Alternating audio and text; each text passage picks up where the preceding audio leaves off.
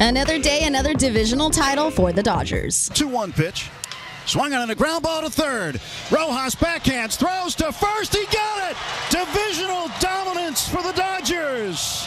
The 2025 Dodgers are the National League's Western Division champions. For the 12th time in 13 years, the Dodgers can raise a banner, and they've now won the division title 4 straight seasons. AM 570 LA Sports Dodgers Radio Network. They defeat the Diamondbacks 8-0. Shohei Ohtani with home run number 54 on the season, which ties a career high. The Astros top the A's 11-5. Houston sits a half game back of Detroit for the final wildcard spot in the American League. Right now, the Tigers are up on the Guardians 2-0. It's the top of the second inning. Week 4 of the NFL kicks off with Thursday Night Football. Seahawks and Cardinals. Kickoff is at 8:15 Eastern Time. I'm Monty Bolaños. I've been covering this league since 1987.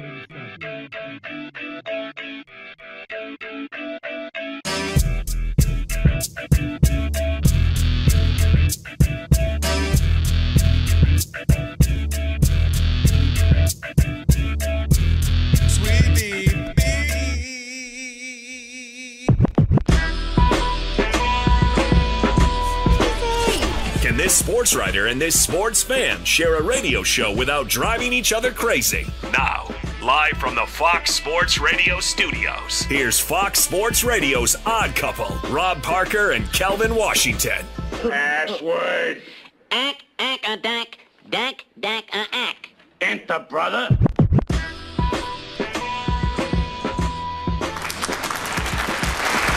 That's right. Come on in.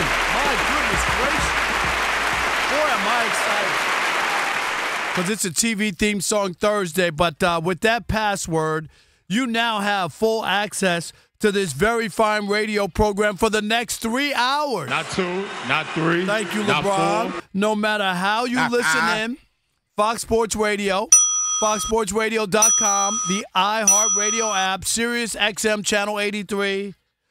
Wow. And now live We'll on do it YouTube. live. Right? Do it live. Thank you, I can Bill. go write it and we'll do it live. Do it.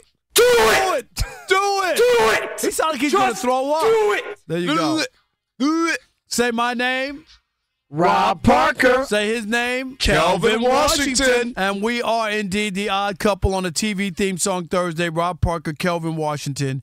And you'll need our phone number because we are, without question, the most listener-friendly national sports talk radio program on the planet. At least when people are still awake. Gotta be up for it to count. Wake your butt up. Sorry Listen. about that. Yes, write it down. Committed to memory. 877-99 on Fox. For you laymen out there who can't figure out the numbers and the letters, that's 877-996-6369. It's not trigonometry. That's right. And if you hear feedback on the line, it's your own fault. It just means only one thing. You forgot to turn down the radio. And with that You said, forgot to. always remember, The Odd Couple was filmed in front of a live audience. Sweetie Beanie. Yeah. Well, I'm talking to you the way I want to talk to you. You have a problem, turn off your station. that's right. Don't We'll turn talk this to one you. off, though. We'll talk to you how we want to talk to you. That was the era where wasn't nobody saying nothing to Mike. And if You got it right, Mike. You right. That was Russ Salzberg on Channel 9 in New York. And he's Wow. And remember, Alex, the way he finished it. F off. And F I Done with the interview. F off. F off. would have been like, He's like, that's real hey, you professional got a of you, chance. Mike, whatever. He goes, well, turn your station. Turn your station. Well, I'm talking to you the way I want to talk to you. You have a problem, turn off your station. turn it off.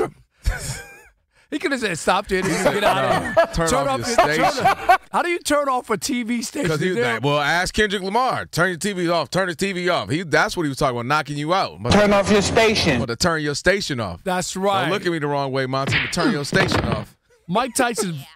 There you go, Monty. Turn your station. Wait, why do you got to sound like an old person? Like he's eating Did I do that? peas or something. I don't know. Got to get more lift. Give it more of a lift. I'm not the that's your comedic background. That's Well, not you me. know what? Let's do a night of stand-up, you and I. Yeah, right. Wanna I do it? already done it all. I know. I've So done let's do it again. All right. Well, we can work on that. All right.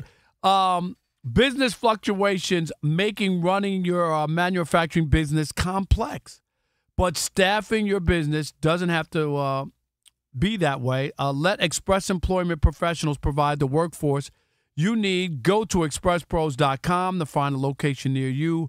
That's expresspros.com. Also, achy knees, stiff back, joints not cooperating. Some days your body's just like, nope, no way, no how. And on those days, luckily, there's Aleve. With just one pill, Aleve provides up to 12 hours of pain relief so that you can keep moving. Use as directed. Speaking of no way, no how, somebody on social media said that Chris Broussard dropped the no way, no how on First Things First and gave a shout-out to me. I was going to say, he's got to give you the shout-out. He did give the shout-out. Okay. Rob Sterling Jr. But, I never miss First Things First. I'm just Is saying. the man listening? All right, here's the thing about it. You don't miss anything. What do you listen to or watch? I watch TV. You're the person who keeps like all those old networks on that only play black and white country, Western, and Archie Griffin and all that stuff. You're the person who keep TV Land. Ain't that what it's called? TV Land is like the worst of all the retros. It's Me TV is the best. Me TV. Which it's definitely UTV, all right? You're the only one watching it. You ain't lying, it's Me TV. You just point your finger at you. TV stands for Rob Parker. Memorable Entertainment Television, not me. That's what you call it. Yes, Me TV. It's very good. It's you and every elderly nursing home and folks who can't get out of hospital bed. That's it. Why you got to do that to people? It's okay. No, I'm saying because you according to you don't miss anything, and I'm like, well, dang it, what you watching and listening to? I'm just saying. All right, hey, let's welcome in the Odd Couple crew on this TV theme song Thursday. We wouldn't be able to do this fine radio program without him. Rob G is our producer. Alex is our engineer. Alex, buns out today or no? It's a little cold by me. Yeah, and a little cloudy. I never stopped you before. Well, cloudy nature might not be my favorite. No, I got you. I understand. Monty Bolaños is at the anchor desk. She'll keep us updated. And, of course... Never heard of him. And of course... Never heard of him. Hey. Never heard of him. Elijah, never heard of him. Hey. Elijah... Never heard of him. ...is our social... Hey, one day Elijah going to have a bad day. Media guru. I'll take all these cameras. He's going to take all his cameras from us. And that'll be it. All right. Hey, Kelvin, let's get here. We're going to go right away. Let's do it. We got, of course, Thursday Night Football tonight. Who's playing these Seattle and the Cardinals? Yeah. In the desert, right? That's in the desert. Yep. But anyway, Rob G, can you jump on because Pro Football Focus, which I thought was legitimate, but now I'm convinced it's not. It's no longer legitimate after this latest a finding that they put out a report about quarterbacks in the National Football League. Well, speaking of things you're never going to miss, Rob, you're never going to miss tonight's game. I'll tell you that. Because it features the best quarterback in football. We're not talking about Patrick Mahomes and Lamar Jackson. We're not talking about those guys. We don't care about Micah's return on Sunday night because the marquee matchup is tonight. And that's because, according to Pro Football Focus, through the first 3 weeks of the NFL season, the top-rated passer, none other than Sam freaking Darnold. He has a PFF grade of 91.4 as a passer. His overall grade in PFF is a 91.9. That is also tops in their scoring system. In fact, only one other quarterback is even in the 90s. That's how much he's killing the game. And last but not least, if you don't like PFF, if you're looking at the adjusted EPA, which is the trendy stat that all the nerds like to talk about, you know who's leading the NFL in that one? Sam freaking Darnold with a 99 overall. Long story short, the best quarterback in football, according to all the nerds, Sam Darnold. Can I say a bad word on the radio or no? Just get Alex ready to. Alex, you ready? You need me, or I'll just bleep it for you. Let me look at you, and then you say I'll bleep. Go. When it comes to the PFF, I'm gonna FUPFF. How's that? Okay, because I'm not buying into it. And this is what happens when the nerds get to control these websites and all these things where they overanalyze stuff. They're going to sit here and try to convince you what you're watching, Kelvin, is not correct and that Sam Darnold is the best quarterback in the NFL. Are you PFF you kidding me? I'm just serious. Like, if I had to put my finger on it, I'd have to wash it because it stinks. If I went to the bank, it would be like getting $3 bills when I changed a 20. Like none of this makes any sense. Lamar Jackson is off to the greatest start in 3 games for a quarterback, and he's not even in the top 10. They have to. They have to try to convince you that they're smarter than you. What you're watching on TV, you don't know what you're watching. They're not watching the guy who has the best quarterback rating in the history of the National freaking Football League. They're going to tell me that Sam Darnold and Marcus Mariota are the 2 best quarterbacks in the National Football League. FUPFF. I'm just giving you letters. I'm sorry. Yeah, no, yeah. Franklin University. FU. Exactly. Yeah. Fairleigh Dickinson University. Yeah, so they went there too? Exactly. Come on, man. Be better than this. This is for them to be able to hold on to jobs and prove that you don't know what you're watching. Are you kidding me? Sam Darnold, who won 14 games and couldn't get a contract with the team he played for because, they don't know what they're watching. He's obviously the best quarterback in the league. He should have got a 10-year, $300 million contract, according to PFFFU or whatever it is. I don't even know what it is. Don't go to that website. If they honestly believe that Sam Ronald McDonald is the best quarterback in the National Football League. Can we stop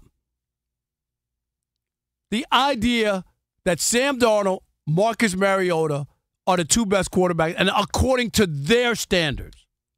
Kelvin, please, I'm done. Well, listen, what you just talked about, Rob, is another test that they forgot, and that is the eyeball test. Sometimes you can over-test me. You can put the SAT, ACT, PCT, PFFT.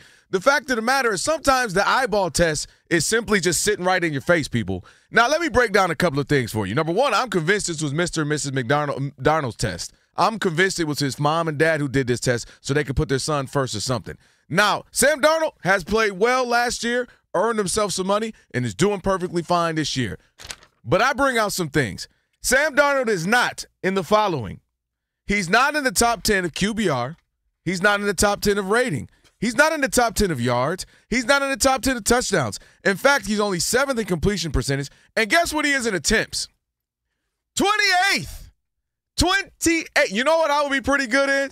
Doing something I ain't got to do a lot of. If I ain't got to pass the ball a lot, well, dang it, I might end up being all right on your test. 28th in attempts for a starter is crazy. So I'm confused. We've got too many numbers. We got this test, this stat, this fact. These guys. It's gone too far.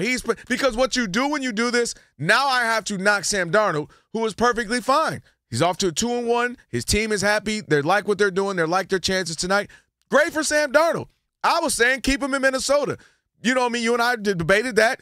But when you put out things like this, you make me now have to sound like I'm knocking him down because of the absurdity of the statement and where they place him. Again. But this is where these guys, I'm dead serious.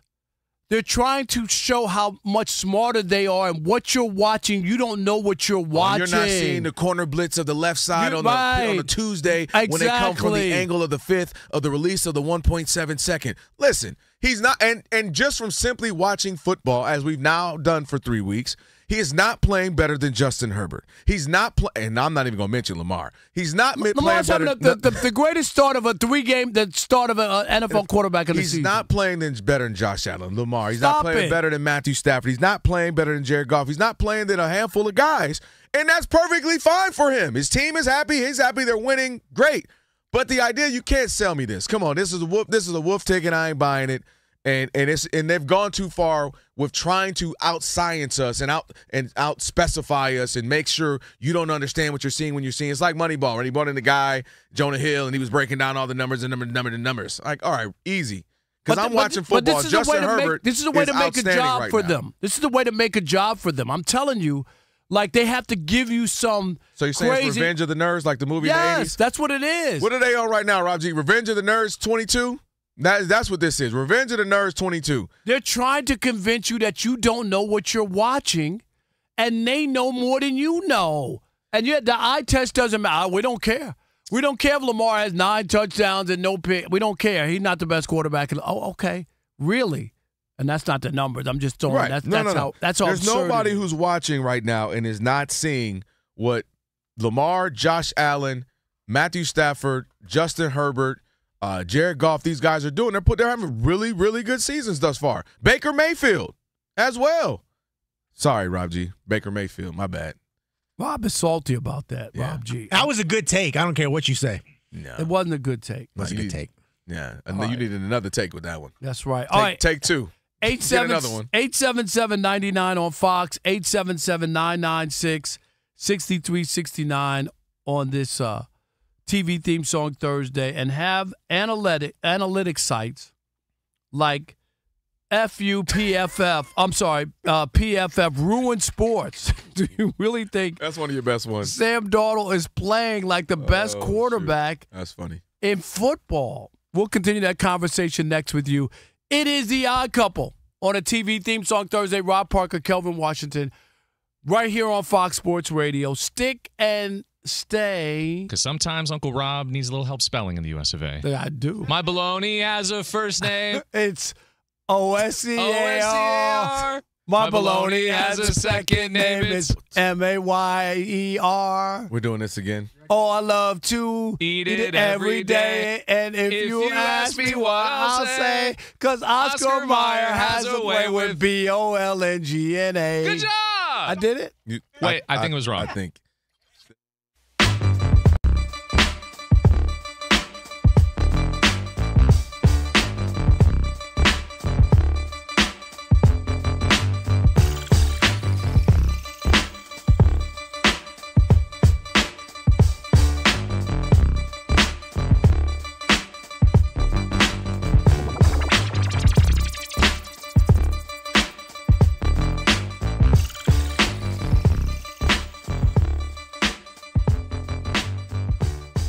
Yeah, Tom Brady's not a fan of people like Rob Parker today. What? Because he put out a lengthy post on his, I guess it's a newsletter. It looked like more like a blog to me.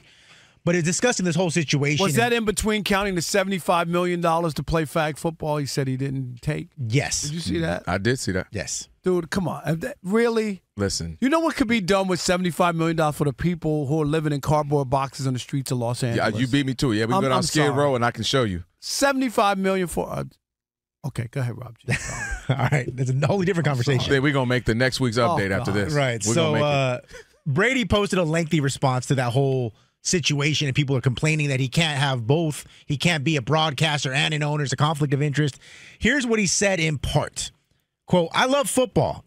At its core, it's a game of principles. And with all the success it has given me, I feel I have a moral and ethical duty to the sport, which is why the point where my roles intersect is not actually a point of conflict, despite what the paranoid and distrustful might believe. Rather, it's the place from which my ethical duty emerges to grow, evolve, and improve the game that has given me everything. What did he say? Call people again? He called you, Rob Parker, paranoid and distrustful. Thank you. And Tom Brady, is this on? I hope you're listening loud and clear.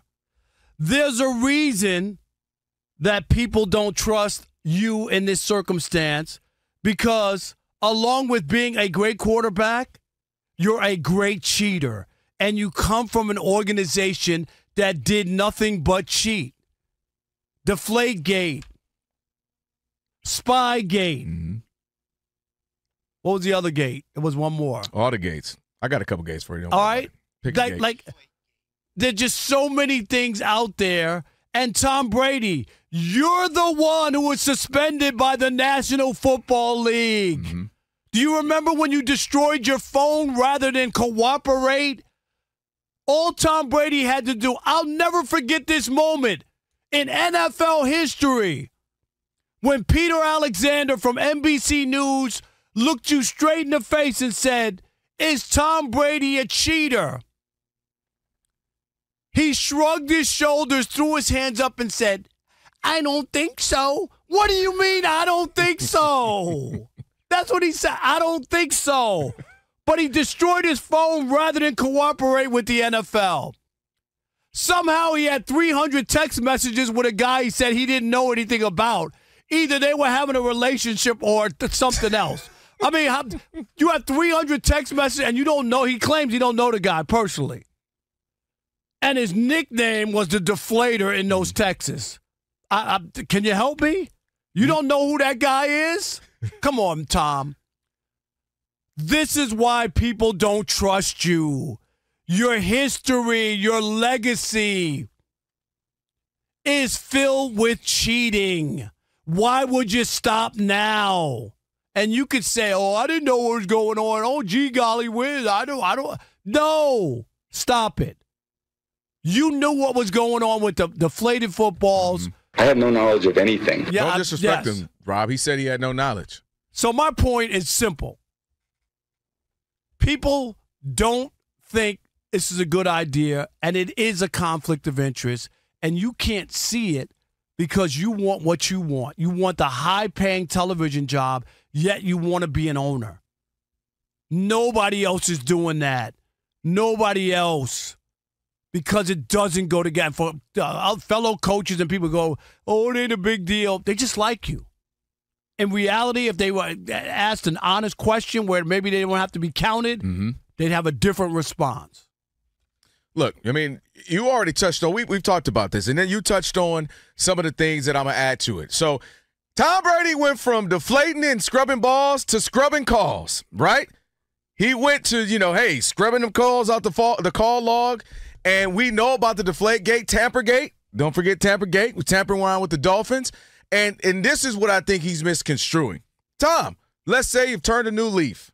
Nobody's saying you're going to, but dang it, people say you can. And I don't understand how he can have an issue with people saying there's a possibility. When you had the track record, right. When also we've known in sports, people try to find a competitive edge. Let me add another one that he did. Wasn't illegal, but it was him and somebody else trying to find a competitive edge. You remember when he and his fellow great, who we found out now they're like best of buds, they didn't want us to know when they were playing, Peyton Manning.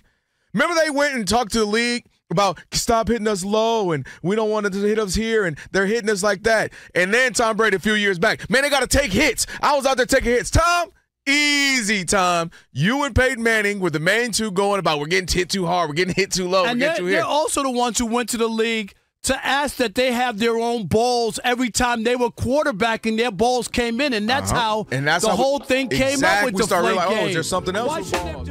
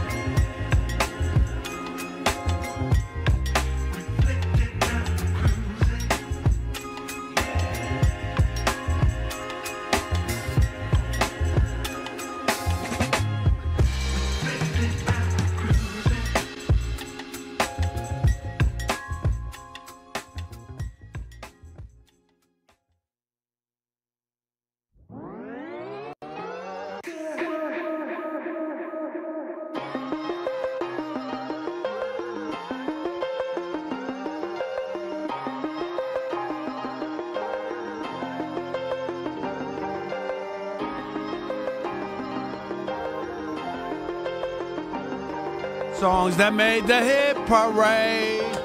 Guys like us, we had it made. Those were the days. Fair state. Everybody pulled his weight. G.R. Old LaSalle ran great. Those were the days. Why they take shots at the folks on welfare? There you have it. It is the Odd Couple, Rob Parker, Kelvin Washington. Clearly a TV theme song Thursday. Don't forget, as we've been talking about, check out the YouTube page. Shout out to everybody right there and the Odd Mob. That's what we named them. That's right. You can check it out. We're simulcasting there at youtube.com/@OddCoupleFSR. Or if you're already within the YouTube in there, just search Odd Couple FSR. Be sure to subscribe, like, share, comment, join in on the Odd Mob, all that good stuff. We appreciate it. So go to watch live now on the YouTube channel. Just search Odd Couple FSR. Shout out to Elijah, man, doing great work. And getting this people are all up watching and now, and they know I'm black now They know- officially. I still don't understand that. Racist. I've only been around for 39 years in the business, and really, It happens, man. Alex, do I not happens. sound black to you or no? You know what's funny? Be honest. You know what's funny? It's like, you know what I think about it? You don't. No, like if I only listened to you, Yes, I'm asking you. I would question it. Would you You want to know really? why? Tell What me. did we all think about Sean in Sacramento? We thought he was black, Right? Man, let me tell you something. and he's Filipino. Yes. That's One true. of the biggest discoveries of my life. They go like, what, they found where Jimmy Hoffa was? No. Because here's my thing. I go to like personality traits to define if I can't figure out the voice. And Rob, we talked about money, etc. You know. I would think you were black. No, I would. You would. Yeah. Yeah. Okay. I think. I just Nah, wanted to know. Kate, You were in my face too much growing up. I was Well, you tortured by growing this up, man. yes. You sound like my ex-wife, who's like, "Oh my God, can you move?" I was tortured from this man. I did pull I'd out. turn on the radio, turn on the TV, then I go to ABC, then I go to NBC, then I open the daggone the paper. Right. Go away. Yes. Then I go to my NABJ. Go away. Go away. All right, where we All at? right, 877-99 on Fox. Let's go to Andre in Massachusetts. You're first up here on The Odd Couple on the TV theme song Thursday. What's up, buddy? Hey, how you doing? Thanks for taking the call. Listen, I don't have a problem with these analytics guys, these number crunchers, because they're adding a little extra marinara sauce to the pot, okay? They're giving you additional angles. Not just one extra cheese. I don't need the marinara. Yeah, you know, some people like that, you know, and they're giving the television show additional character. Okay, well, let me Dre. Dre. Sam Darnold's the best quarterback in the NFL. I mean that's the issue I have. Seriously. And Dre. Yes, you agree with that. Rob, you're from New York. I'm from New Jersey. Of course not. You don't believe everything you hear on the street. Okay. Okay, but I'm saying it's good for the brand. But at the end of the day, I can't stand some of these analytics guys. I'm coming from the basketball position, the load management nonsense, and talking about Sam Darnold for MVP. Obviously, it makes no sense. All I'm saying is it's good for the bottom line, keeps people interested. I hear what you're saying. We got fantasy, we got DraftKings and prize pick, all that. But Dre, here's my thing. You mentioned food. Sometimes you can add too much sauce, right? Sometimes you just need a little bit of sauce. And it's like when a chef comes out, don't be putting that on the steak. All right, don't be putting all that extra stuff on the steak. We're not doing that. You don't always need something on it, Dre. Appreciate the call. 877-99 on Fox. Drew in New Jersey. You're on The Odd Couple, Fox Sports Radio. What's up, Drew? Yeah, if any stat comes out with Sam Darnold is the best quarterback, just toss that and then find another stat. Am I right? I mean, come on, Drew. This is like a reach where they're trying to say to you, you don't know football. You know what I mean? What was their top five? Actually, I got it right here. So Marcus Mariota was second, he was, right? Marcus Mariota, but they did put a caveat to him because he only has 20. To round it out, you got Stafford right behind him, Prescott, Allen, and Jones. At least they didn't have Flacco in there. Then I would be like, toss it out even more. Maybe he might be seventh. Yeah, just Drew, just crazy. Come on, man. No. Yeah, I appreciate the call, Drew. Yeah, I don't need all these extra ways. It's time again. They're trying to find out too many. If you replace this person with this, times it by this, his passing percentage on the fifth or the third. It's just too many. Look at the Tigers. Riley Green just went over here. Just went deep. 4-1 Detroit in the fourth inning. They need this desperately tonight. It's early. It's early. Maybe it's the hat I wore. Can you see my hat? Yeah, I saw your hat. You saw I threw up in my mouth when I walked in. You thought it was a Lions hat? That's Lions colors. It is. Why couldn't it be Dodgers though? Nah, that's Honolulu blue. It is. I'm trying to get the Tigers some. Rob G, what do you got? Some good Real luck. quick before we get to Monty's award-winning update. Last segment, Alex and Rob made a point to emphasize how good of a speller Rob is in terms of baloney. What did he spell? Am I the only one that noticed at the end that Rob spelled it wrong? Take a listen. B-O-L-N-G-N-A. Good job. It wasn't another O up in there. Alex says good job. Again, wait a minute. Alex cannot be taken seriously on this show. No. Alex, I was spelled it right. If Alex was my English teacher, I get an A. And guess the worst part about this for me, Rob G, is Teichert's Tower Trivia is coming up later. I know it's going to be some cheating. Wait a minute. Rob G, play that again. That sounds right to me. Let me see. B-O-L-N-G-N-A. That boy said Belunga. B-O-L-N-G-N-A. Good job. Let me get 2 scrambled eggs and some fried Belunga. B-O-L-N-G-N-A. B-O-L-O-G-N-A. L to the N ain't making no sense. How do you spell it, Rob G, again? B-O-L-O-G-N-A. You said B-O-L-N. You ain't putting the second O. Is there two O's in baloney? Balunga? Unga bunga. No, you definitely sound like some old. Hey, now I know you black. You sound like an old black man from the South. Yeah, go on down there, give me some balunga. I said good job. Go on down there, tell Shirley Fried that balunga. Rob, remember, all words and letters are made up anyways. By the way, Odd Mom on YouTube says, by the way, Rob G, that's how black people spell baloney, bro. You wrong. See? There you go. I told you, I know you black. That's why I said. You sound like a black man. Everybody grandfather. Hey, give me Rob G's card. Go on down there and fry some balunga up. Let me have Rob G's card, Rob. You can have it. Now, Rob G turned his in when he went Cooper Flag and Caitlin Clark Cooper crazy. Flagging, baby. Yeah, that's when he turned his in. It's right 1962 there. all over again. Hope y'all ready. There you go. I hope you're ready too, though, Rob G. Rob G, I forgot my black glove at home, though. I'm just saying. You see how they doing us? I'm not dealing with that. All right. Yesterday was a Worship Wednesday, but somebody is worshiping right now and praying that God will help his team. We'll tell you we're talking about next. Right now, Monty Bolaños is going to get you updated. What's your shirt say? Sorry, can't. Sorry, can't. Football bye. Oh, that sounds like Belunga to me, too. How do none of us know he spelled it wrong? We were just excited that Alex assumed the assumption was it was wrong. I assumed it was wrong from the jump. Alex, good job. That was so genuine. Thank you. That was so genuine. I was pumped. You were pumped. I'm going to be a great dad one day. You are going to be a great dad. You know who else was pumped today?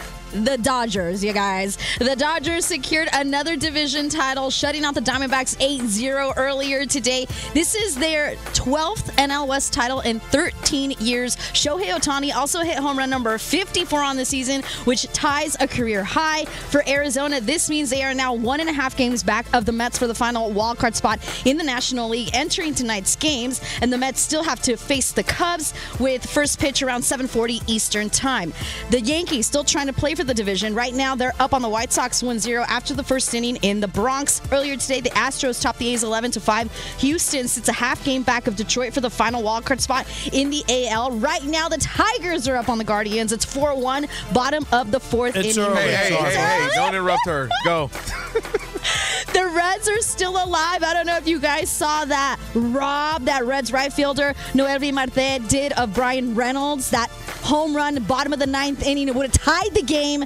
Reds secure the win, 2-1 against the Pirates. So Reds are a half game back. So if they of make the Mets. Postseason, you'll remember that catch. You will remember. Yeah. And it's, you know what, the best part of that catch, if you saw the video, all of the fans got out of the way. Nobody tried to get that ball. Nobody tried to interfere. That's how you handle that moment. Exactly. That's the moment. That is the moment. Get out of the way. Week 4 of the NFL kicks off soon, guys, in about 45 minutes, 8:15 Eastern time, Seahawks and Cardinals. And for a second straight day, Rams wide receiver Devontae Adams did not practice because of a hamstring injury, something to keep an eye on. Back to you guys. Yeah, you can tell they must have stopped serving alcohol. The fans knew what to do. They Get out of the way. Get out of the way. The alcohol must have stopped. Because, the fans like, No, they knew what was on the line, the postseason. They knew. doubt. Good job, fans. All right, Monty, thank you. Yes. It is the Odd Couple. Rob Parker, Kelvin Washington on a TV theme song Thursday.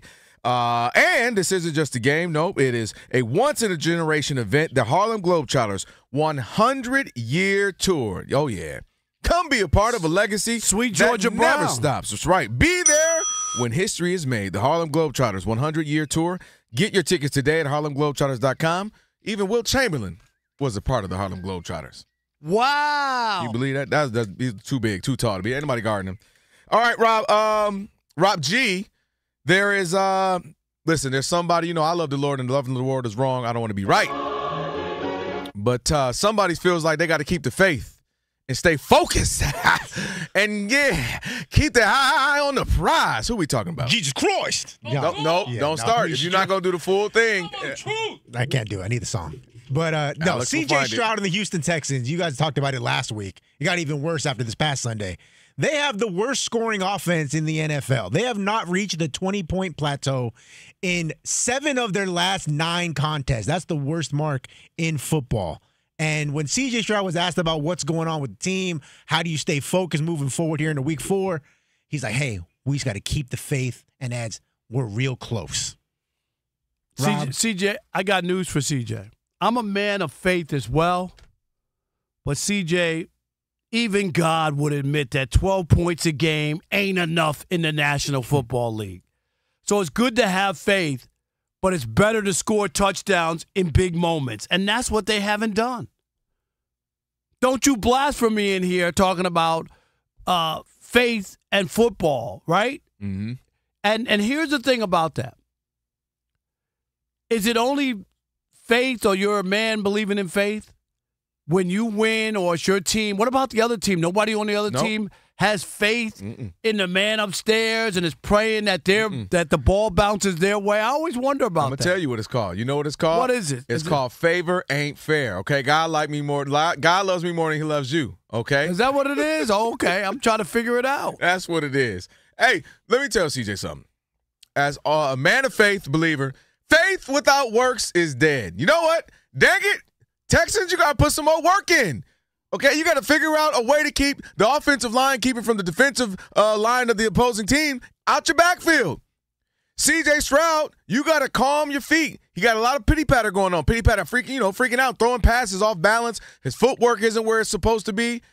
His receivers aren't getting open. They've got a lot of work. And you know who they need to, speaking and staying in the biblical, in a religious sense, in the spiritual realm, they need to give some praise to the defense. That keeps them in game for the last 2 years now, Rob. Year and 3 Remember, games. they were supposed to go to the Super Bowl. Yes. Last season, so many games, their defense kept them around, kept them in it. You'd be watching the first quarter and a half, 2 quarters, like, how are they in this game? Because the defense, here, got the ball. Come on, CJ. Here, if you remember that, that Lions game, remember they got five 22 turnovers. 5 interceptions, and they lost that game because they couldn't score. Because you couldn't score. So I'm saying, CJ, I still think there's a lot of talent there, but y'all got to find out a better scheme, better way to get the ball out quicker, because every time I watch a Texans game or a highlight, CJ Stroud is either running for his life or you can tell he's surprised he's not, and his throws are off. And just in that Lions game, remember they got in the red zone a couple of times. They couldn't get it done. He was overthrowing guys, underthrowing guys. So C.J. Stroud, I'm with them on keeping the faith on a series. No, I'm with that. I get that. I understand it. Yeah, like I'm being tongue in cheek here, but early to throw the season in. I get what he's saying. It was 3 games, right. but there's more that goes with that than just saying I got faith. The work has to be put in. This is not like you just said. Rob G talked about it. 7 of their last 9 games. This is not just like this year and a couple games and you're poo-poo it because last year you were really good. No, that's not what this is. It's really bad. And it has been for some time now. And I don't know what it is. People crowned C.J. Stroud after his first year. I mean, if you remember that. And we know how football works in sports. Rob, you have some bad numbers, though, don't you? Yeah, it's really bad. Now, I mentioned that the scoring rate is bad. They're 30th in the NFL in offensive EPA, which is we dissed analytics, but that is a real stat that they used. It's not a PFF, like a interpreted thing. This is actual numbers. 30th in the NFL. They're just the second team since 2000 to start the year 0-3 without allowing more than 20 points any single game. Think about what you just said. What you just said. That's an unbelievable number right there. Defense keeps getting them the ball. Here. Come on, please. And then here's the last one. C.J. Stroud, again, everybody's new hotness 2 years ago. You mentioned it last week, Rob. His passing yards, his rookie season was 274 a game. Now he's under 200. Passer rating was about 101 his rookie year. Now he's down to 77. 77? Look at this. He's currently on pace for 11 touchdowns and 17 interceptions on the season. Yeah. And if you look back, 23 touchdowns and 5 interceptions his first year. Everybody's loving him. The next year, 20-12. You're like, okay, some guys were off. Patrick Mahomes was a little off. Aaron Rodgers had more interceptions than he normally does. All right, everybody has a year or something. Now, this year, 3 games in, Rob, he only has 2 touchdowns and 3 interceptions. So part of this, again, I'm with the morale of it. I get that. Keeping them faith high, keeping the morale. You're going to throw the towel in. And you still got 14 games left. I'm with them on that, but something's got to give. And I like DeMarco Ryans. You can like anybody, like but defensively. I'm saying what they do. No, I'm saying their structure defensively the last 3 seasons keeps them in games, giving them chances, and that's all you would love as a quarterback, right? I'm not going to score every drive. DeMeco Ryans. We're not going to score every possession, every drive, but can I get a chance to do it again? And they keep giving them chances, and they keep not doing it. And it reminds me of those old early 2000s Ravens team. Remember, they were like, if y'all can just score 10 points, we'll win. Those old early Buccaneers teams. That's that team that won a Super Bowl. Yeah. Shannon Sharp talked about it. He used to look at the defense would look at us, he said, and they would say, man, if y'all can just score 10, we'll win. Y'all will win 10-3, 10-7 if y'all can just score 10 points. And I feel like the Texans defense has to be saying, man, if y'all can just be decent, middle of the pack offensively, we can win some games around here. All right, Shekel City on the way, play of the day. Shekel City, wait a minute, where's my music, Alex? Oh, shoot, okay. It was that kind of night for me. I hit it so good today. Oh, man. Even Tiger happy about it. Plus, somebody just got an extension in the NBA. Is it too early? We'll tell you. It's the Odd Couple, Fox Sports Radio. It was fun.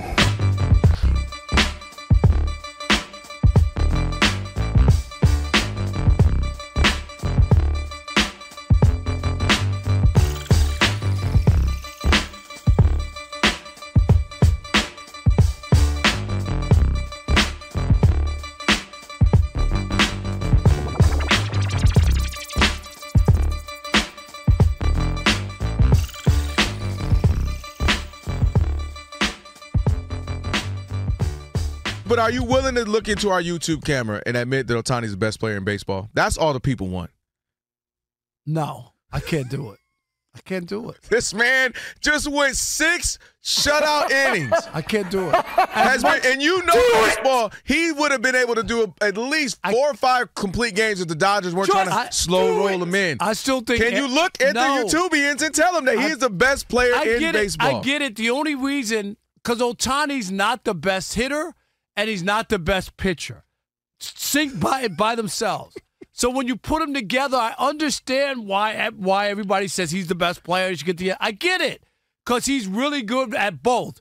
But he's not the best pitcher in baseball, and he's not the best hitter. I still would take Aaron Judge over him. Your spirit just left your body, and your spirit is looking at you like, stop who's it. better? I would take Aaron Judge of just hitting. Forget about the pitching. Who would you take? I'll give you hitting. I'm okay with that. But listen, Jelly. You're a baseball fan. I'm just hitting. But he don't just hit, Rob. That don't make any sense. I'm just asking you, just hitting. Okay. Aaron Judge or Ohtani. Now, I know you work for the Dodgers. I want you to just pull back that Dodger blue for 1 minute. Just hitting. Yes. Just hitting. Okay, fine. Yeah, all rise. Aaron Judge. Okay, that's all I'm saying. That's not what he does. Right, and that's not the story. Hold on, watch this. You keep talking about he's not the best hitter. He's not the best pitcher. Well, peanut butter in and of itself and jelly in and of itself ain't the best. But dang it, when peanut butter and jelly get together, it's the greatest thing on earth. Damn, and that's that good. is Shohei Ohtani. Damn, that's good. Elijah, I need that. He is the peanut butter jelly of sports. Dang it, when you slap them together, good. But the only problem is Aaron Judge is the milk that you need to wash it down. And nobody wants milk but you. And let me rephrase that. Nobody over 10 wants milk with you. No milk with peanut butter and jelly? We've done this, Rob. I don't need milk with peanut butter and jelly. Rob, you want somebody to rub your belly and put you to sleep no too? No milk with peanut butter and jelly. Over 2. Alex. Come on. No milk with peanut butter and jelly sandwich? No, you need milk. You need milk. With peanut butter and jelly? No milk. We need to start excluding Alex from these questions. No, Alex is because no matter right. what Rob says, he's always on Rob's side. Rob and me just know. You got to have milk to wash it down. We need Rob to say something healthy like, CMOS is the worst thing ever. Alex, but hey, I drew the line somewhere. CMOS is where I draw the line, Rob. Okay. All right, one more time just to make sure I'm not crazy. So Shohei Ohtani is not the best player in baseball? When you put both things together, I know it's hard not That's to. what he does! You do know that's what made Barry Bonds great, right? It was that he was amazing on both sides of the ball. You do know Willie Mays was amazing. The man out there looking like a wide receiver in center field. Dang it. You do know Aaron Judge is still going to be MLB Bros Golden Goose, right? It's okay. We're already getting ready. He won't disown you. MLB Bro Player of the Year. We got it. We just keep mass producing them. What if we found out Shohei Ohtani had like 8% black in him? Oh, then we'll start covering them. Are you kidding? Can he then be the best player? Shohei Ohtani did Ancestry.com found he got 7% black in him. That would be something. I'm crying, yo. That would be the best. Come on, man. Just give it to him. Go ahead and admit What do you want me to say? I don't know what you want me to say. Shohei Ohtani is the best player in baseball. Aaron Judge is right there. He's second, and there's no problem. He's second to a unicorn. That's a compliment. That's like at the end of the day, if LeBron James is the second best player, okay, when I'm second to Jordan, fine. Like, what do you want from me? When you put them together, it's hard to argue. I'm not going to sit here and act That's like why they go together. But you love your baked chicken with your sugar-free barbecue sauce. That's Shohei Ohtani. Your baked chicken, sugar-free barbecue sauce. Slap them boys together. Look at you, smashing right now. Rob G, what are we doing here? Look at you, just gave up on the conversation. It's like, I don't want to do this anymore. Because he finally got to see Ohtani pitch. Remember the beginning of the season? It was only one inning. It was 8 pitches. If he's not pitching, he can't be the best player in baseball. It was 2 innings. It's 5 innings. I said that when he's not pitching. I know. He's not pitching. Ohtani's going to pitch like 8 scoreless innings in the postseason, hit 2 home runs. You're still over there. 16 2/3 scoreless inning streak, ERA of .46 in his last 4 starts. Come on. Come on, Rob.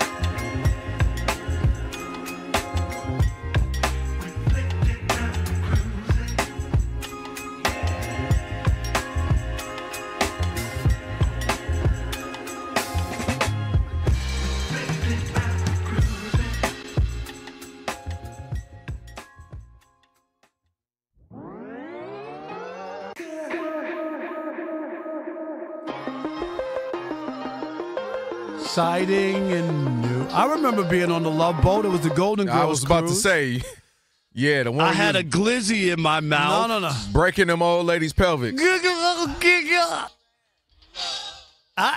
that was a fun time, you know? Hey, remind me again. Did you go solo? I can't remember. Yeah, I went solo. Well, you know, you don't want to bring sand. You don't want to bring sand. Well, I meant homies. I didn't know if y'all like, let's go do some dance, like, you know, you like don't the Hangover or You don't something. want to bring dead fish to the beach. You know what I'm saying? Yo, you really went on a Golden Girls cruise. Like, this is, it's unbelievable. It was awesome. I enjoyed it. It was to Mexico and Florida and where did it leave from? From Miami. Okay. Yeah, from Wasn't Miami. It like more of a gay cruise, right? No. Oh. It was a lot of women. I mean, I would more that, women than anything. I believe that. Yeah, it was like moms and daughters, grandmothers. You know what I mean? So like you that. said it. You was just hitting generations. It was that boy didn't matter. Yeah. It was actually. Well, let's not get too carried. It was really I would say it was 75% women. Yeah, that big. I just figured this out. I have a question. Sure. We're down the rabbit hole already. Yeah, we're there now. Bob. Is there more than one Golden Girls cruise? No. Because I'm looking at the website, goldenfansatsea.com. Yes. And they talk about the cruise they take. They took one actually in March here. Oh, I don't know. On the homepage, it's 3 men dressed as the Golden Girls women. So are you sure that's not the one you went on? No, but that's the show. Like I'm saying, a woman. I'm saying the people who attended it, like they have a show on stage. So yes, that's. Did they ask you to get on stage? No, did they think you were one of the men of the night? Rob G. You sure you guys didn't park in Thailand for a little bit? Just curious.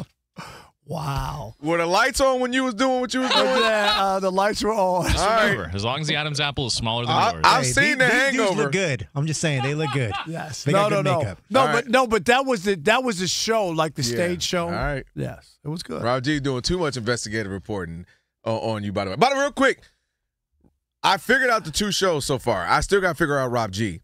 You need to be on the what's the one that got going on now? Monty, help me. The Golden Bachelorette or Bachelor, like with the older people? Yeah, I believe it's the Golden Bachelor, and it started, I think, last night. You should do the Golden Bachelor. Yes, you No, I'm dead should. serious. Oh, Rob. You're successful. Can I go with you? Rob. Successful, handsome guy. Hey, I'm Rob. You know, Oh it's been my years. goodness, You Rob, should you do would be the so Golden good. Bachelor. They would love to have you Okay, on. he's not going to like this, but he has to patch up things with Ephraim to get on. Well, Ephraim knows the people. I know. Okay, guess what? Dang I'm not it. gonna Yeah, be you just on. ruined it. You could at least waited. At least get him get to the audition. You just did. I was so excited. He can do it. Hold on. So I figured it out. You're on the Golden Bachelor. I'm dead serious about this, by the way. I love this plan. And then you are on Amazing Race and Survivor. Yes. Alex. Down. One of those. Love that. All right, I got to figure out I the rest won't of go y'all, with but- Alex because that's just too much for me. Come on. I'll go with Rob. Come on. Yeah. I'll go with Monty, Rob. actually, you and Alex would kick butt on like Yeah, but I Survivor. don't have to eat things with eyes Yeah. and faces, and You you know know I'm not that. doing I'm that. with Yeah. you. I'm not doing Go, that. hey, let me look into this YouTube I ain't doing camera. that. Put the camera on me.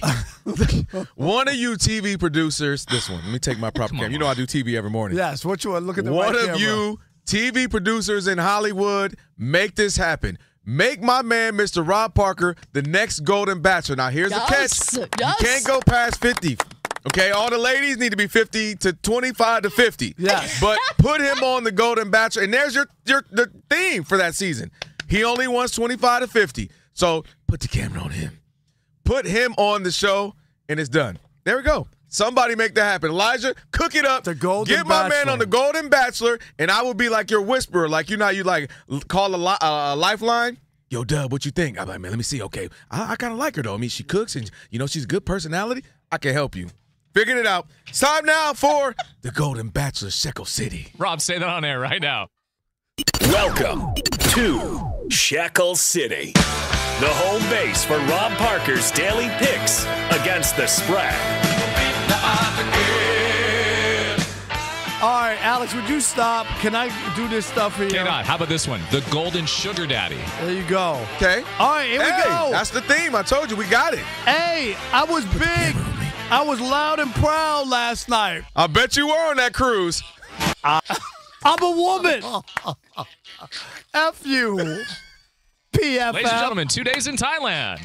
Hey, Rob, I ain't gonna lie, I'm concerned. I need to know the lights on, Rob. All right.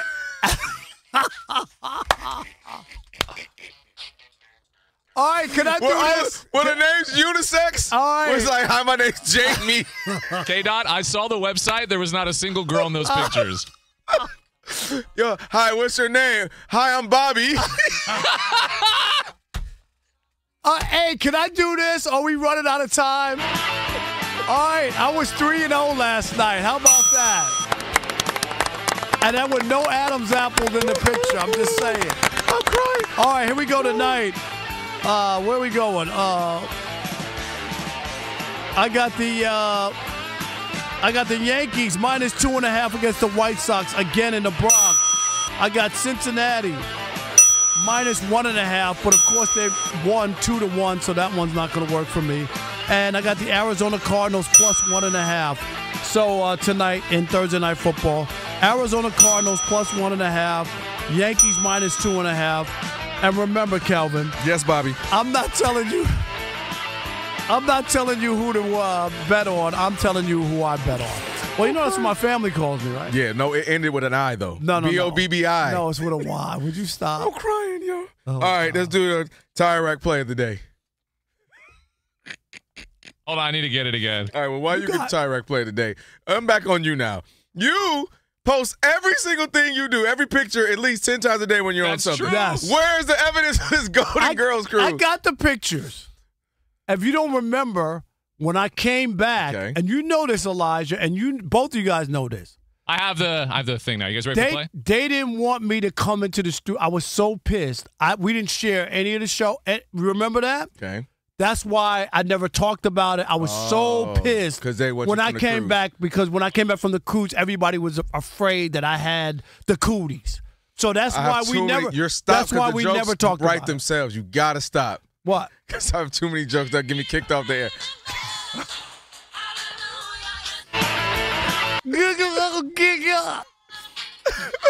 I need baby oil. And that is your Tire Rack play of the day, brought to you by Tire Rack. For over 40 years, Tire Rack, that's right. You know has what? been helping customers Alex, find the right tires for what, how, and where they drive. I can't believe Ship you would do this to me, Alex. Backed Oh, by my Free Road God. Hazard Protection with convenient installation options like Tire Mobile installation. They'll even meet you on a cruise. I'm a woman. TireRack.com. The way tire buying should be. They'll even meet you in Miami. Yeah. Hey, Rob G, you did that pretty well, Rob G. Hey, he was stuck on C. He couldn't get out anyway. He was stuck with him.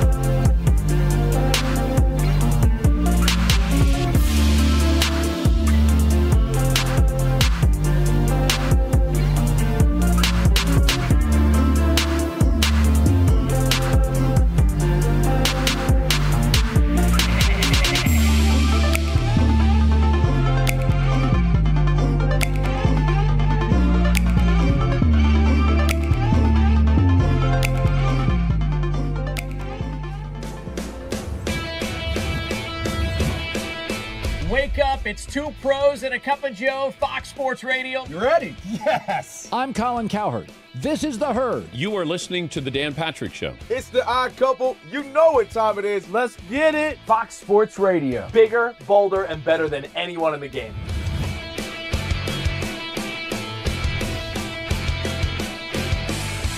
Fox Sports Radio is the #1 sports audio network. Diverse, fun, entertaining, and driven by the big sports topics of the day. They had to bolster the offensive line, which they did. You finally said something right. Congratulations. That game was incredible. You are wrong. You could take that trash somewhere else. Wham! We have a very special connection with our audience, our listeners. People feel that friendship. And I appreciate y'all so. I love it. It's all for you. Thank you. I'm your favorite fan. Thank you. Love you. You're very talented. You're the best. Thanks for taking my call. Sure. Great show. Thank you, Jim. You sound like Joe Pesci. How am I funny to you?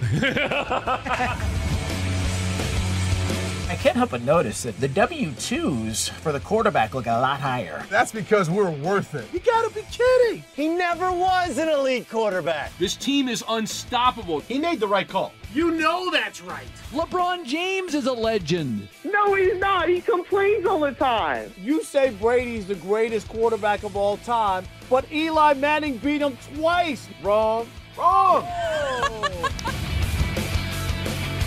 For 25 years, Fox Sports Radio has dominated the sports audio landscape with the biggest talent and the best programming available. We talk sports and we have fun doing it. We talk about life. Sports radio is where you go after the games are over, and then the discussion begins. If the Chiefs win. Sorry, Patrick Mahomes here. What do you mean by if the Chiefs win? It is live. It is unscripted. No other medium can touch that. And that's what makes it special. Yes.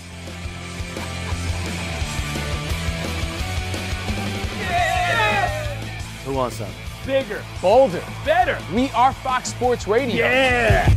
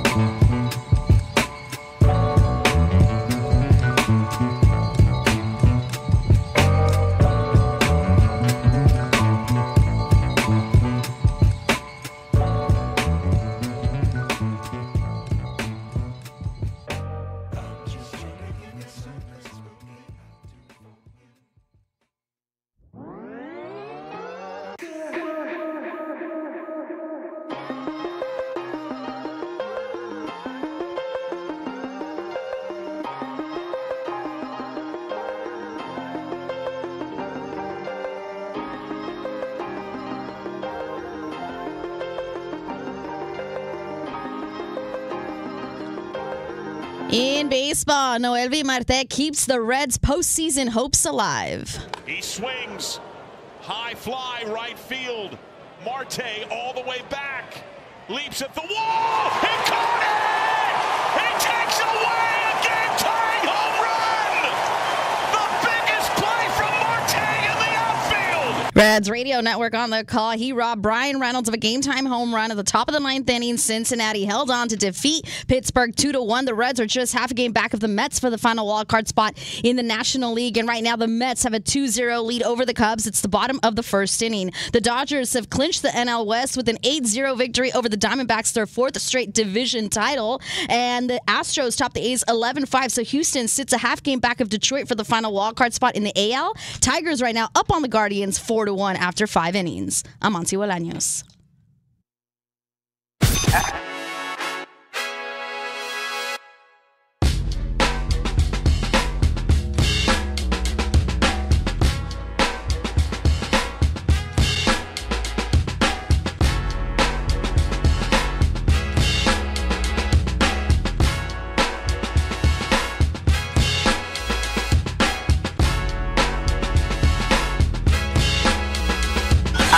Can this sports writer and this sports fan share a radio show without driving each other crazy? Now, live from the Fox Sports Radio studios, here's Fox Sports Radio's Odd Couple, Rob Parker and Kelvin Washington. Hour number 2 on a TV theme song Thursday. It is the Odd Couple, Rob Parker, Kelvin Washington. Be sure to check out our brand new YouTube channel, and you can watch us live on YouTube right now. That's right. Just do it! We are simulcast there, YouTube. Video of the two of us, just go to youtube.com/@oddcouplefsr. Or if you're already within the YouTube family, just search Odd Couple FSR. Be sure to hit the subscribe button. That's right. You got to do that. Don't stop there. Also, thumbs up icon, do that. Comment, do that. Do it. That's right. It. And let us know which of us has the best takes. Go check out the brand new Odd Couple channel on YouTube and watch us live. Just search Odd Couple and subscribe. Also, achy knees, stiff back, joints not cooperating. Some days your body's just like, nope. No way, no how. And on those days, luckily, there's Aleve with just one pill. Aleve provides up to 12 hours of pain relief so that you keep moving. Use as directed. Don't forget, coming up in about 27 minutes, the college kids return. Sierra Clark. Wow. She's the college kid this week, and she'll be joining us. Also, we got a shop talk. I'm not so sure about airport duty. What is this about? I don't know. I told Rob G, don't tell me. I want to be surprised. Oh, you want to be surprised, Rob G? You want to? All right, we'll save that. So we got that and much more. A lot to get to in this hour. Rob G. I don't like your tone already. What? Go ahead. On what? What you about to get to? Oh, you already know it. but Rob G, I'm just going to say the talk was about Matthew Stafford, preview of the upcoming contest, correct? And as we know, sometimes, coach speak and coaches go crazy and make all kinds of crazy comments. And I think these were some crazy comments about Matthew Stafford.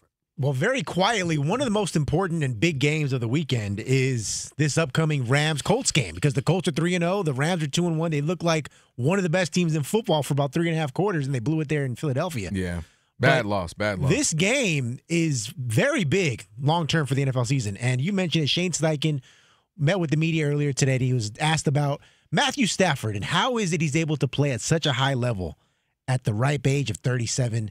Take a listen to this doozy. I think he's one of the best probably to ever do it, and I think he has a physicality about him. Like, he's tough as it gets. I mean, you see him taking shots and he gets up and he ain't coming out of the game, and that's respect there, right away. Just seeing that, but I think he can make all the throws. I think he does a great job of seeing it.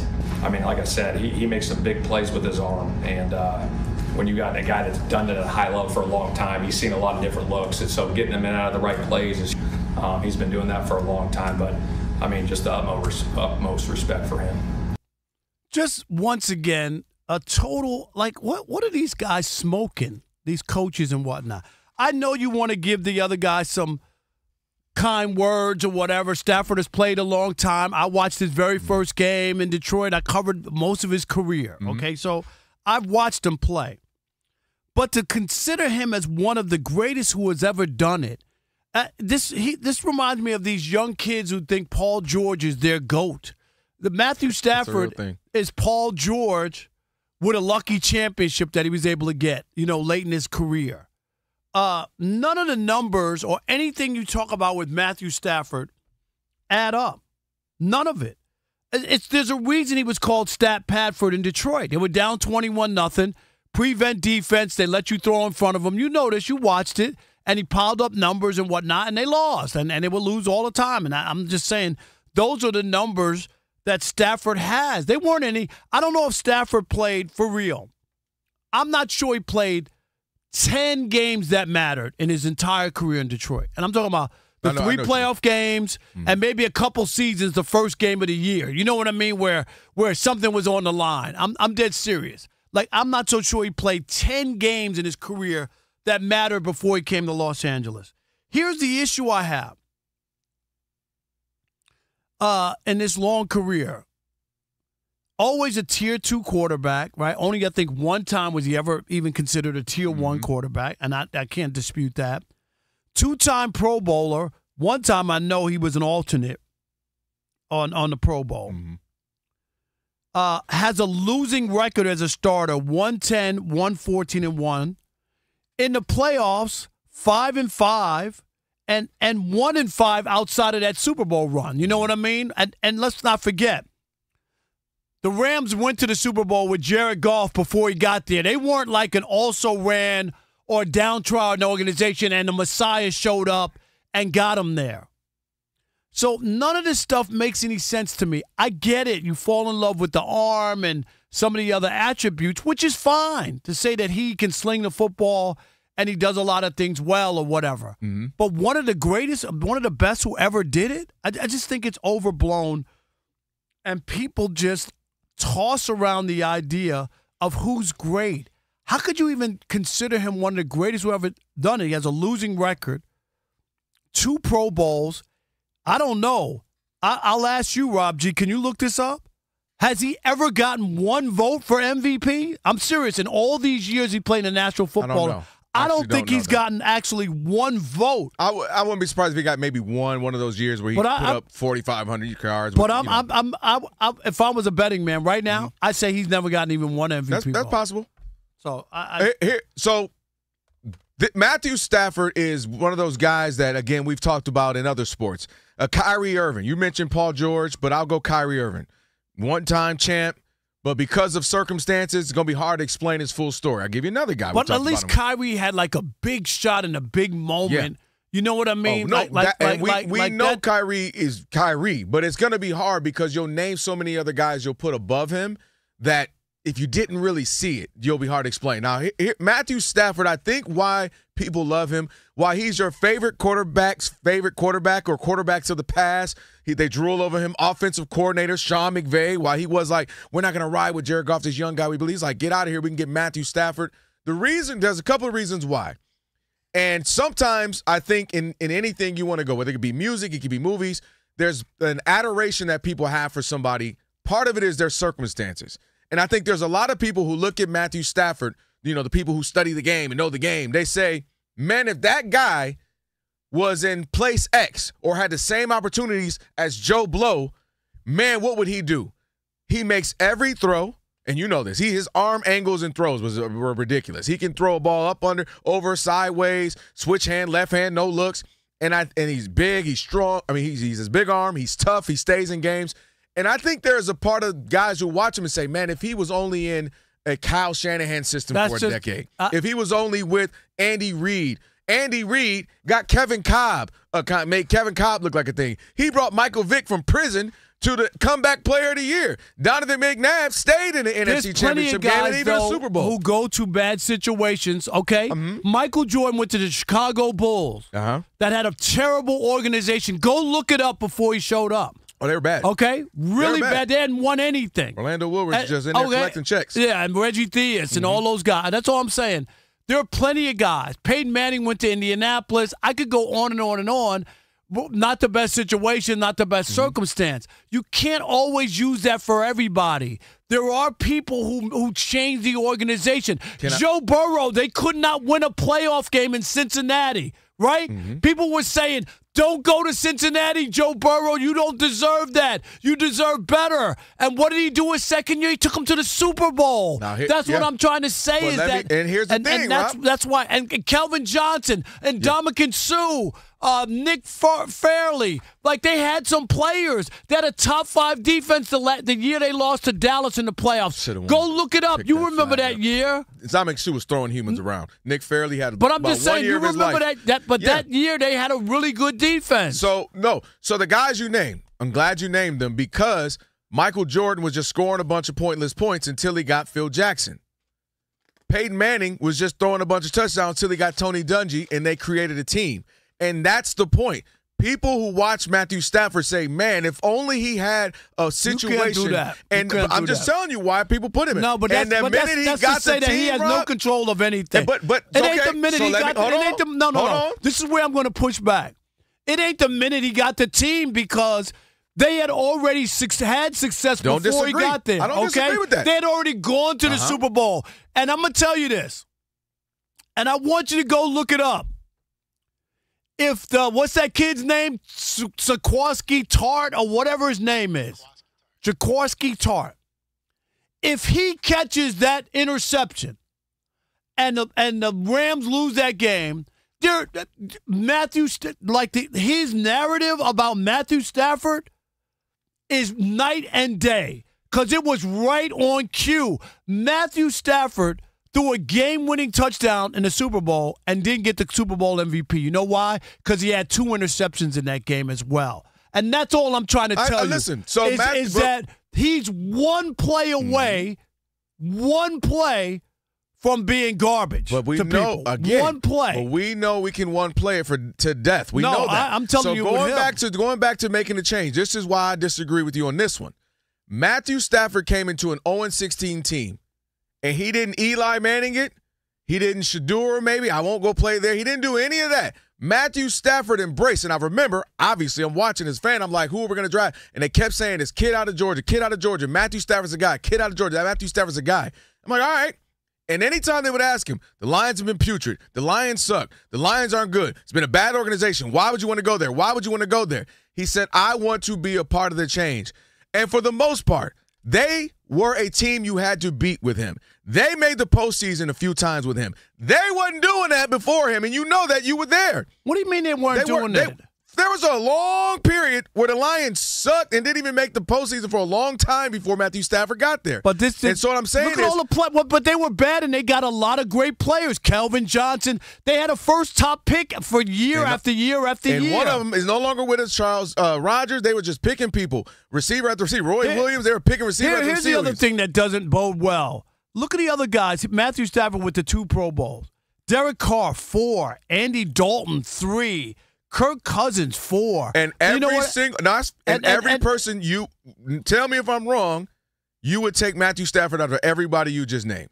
No. Who on that list would you take over Matthew Stafford? I'm just saying not at the time when they played because there's a lot of bad Matthew Stafford that I watched. I was there every Sunday. I was there every Sunday. Who would you take over Matthew Stafford? No, you're doing it after the fact. No, I'm talking about in real time. It doesn't work. No, in real time, no, it doesn't work like that. Stafford, you're looking at Matthew Stafford after. No, yes, you are, dude. Matthew Stafford has been your favorite analyst and analysis breakdown quarterback of the quarterbacks. People love Matthew Stafford. He threw a ton of big interceptions he did. He had with the Lions. Are you kidding? I was watching. He has the most comebacks in one season ever. Yeah, because his teams were down because they weren't great, and he found a way to get them back. Yeah, in but one season, he had 8 comebacks and wins. You know how many players don't have that in their entire 15, 20-year careers? But the problem is, there were situations where they could have beat Green Bay the last game of the season at home. He has a terrible game. I could go and document all these games.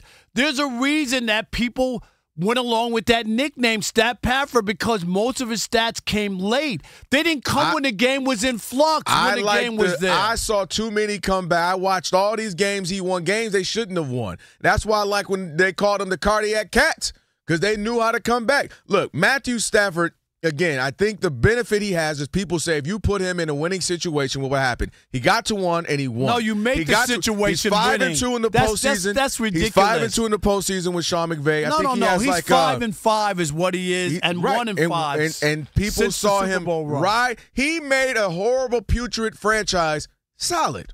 They weren't great.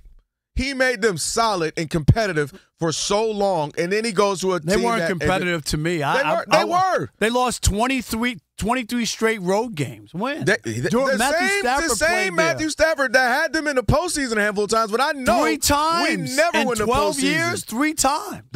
Matthew Stafford. The Lions used to go to the playoffs all the time. Barry Sanders, Wayne Fontes, they win every other year to the postseason. And that stopped at about 98? And we ain't go back till about, 2011? Literally, I think that's what it was. 877-99 on Fox, 877-996. You take Eli over Stafford? Yes. Are you kidding? All day, every day. You crazy. Wow. Not a single person is taking Eli Manning over Matthew Stafford. All day, every day. Is Matthew Stafford really one of the best to ever do it in the NFL? And would you take Stafford over Eli Manning? No. We'll continue that conversation next with you. It is The Odd Couple. Did you just ask me? Right here on Fox Sports Radio, Rob Parker, Kelvin Washington. Stick and stay. Unless you're in this illusion that Matt Stafford is an elite quarterback in the US of A. Not my man.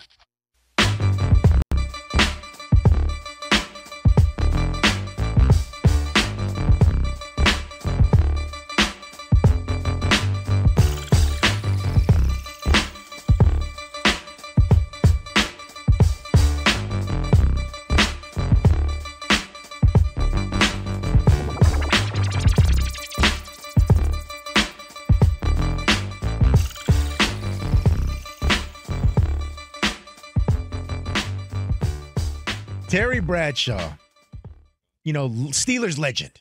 Yep. It's well documented now, going back several years, that despite being a Steelers legend, he doesn't really think too highly of the Pittsburgh Steelers. He famously called Mike Tomlin a cheerleader, even though Mike Tomlin's never had to lose the season as head coach. Can you imagine calling a coach a cheerleader? Especially, they can't be more disrespectful with that. A cheerleader. He has openly criticized Aaron Rodgers, who, for all his faults, is currently second in the NFL in touchdown passes.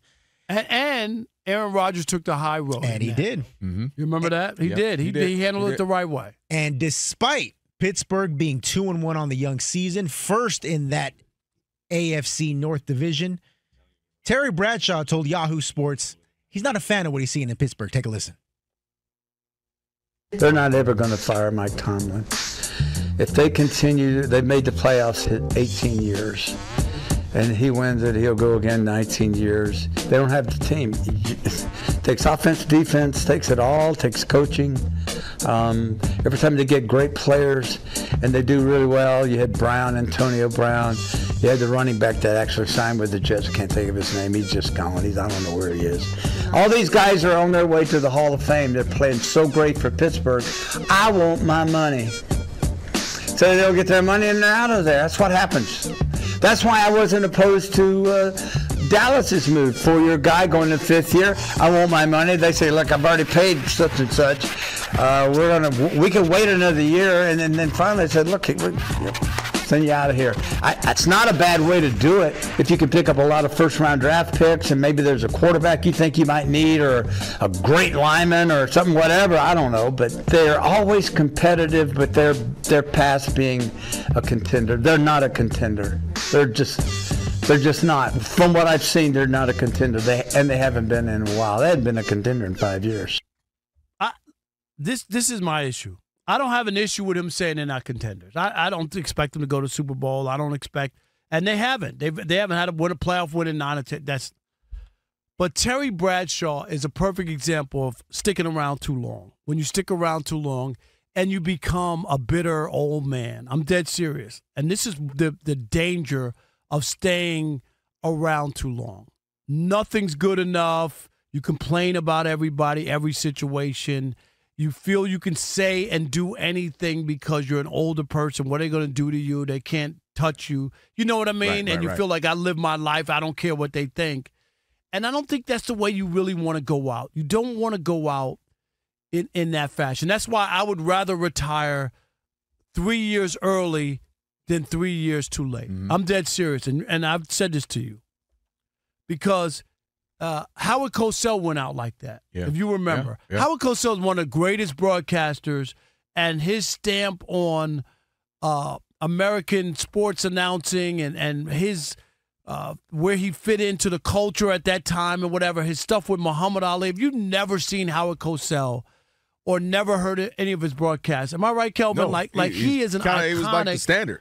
The standard back in the 70s on ABC. Monday Night Football, Monday Night Baseball, boxing. All the stuff, boxing, the Muhammad Ali stuff, just great, great stuff.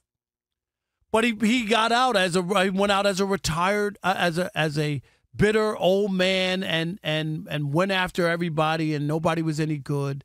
That's just not the way you want to go out. And why? Why with the Steelers? Why would you have people? You won 4 Super Bowls. Mm-hmm.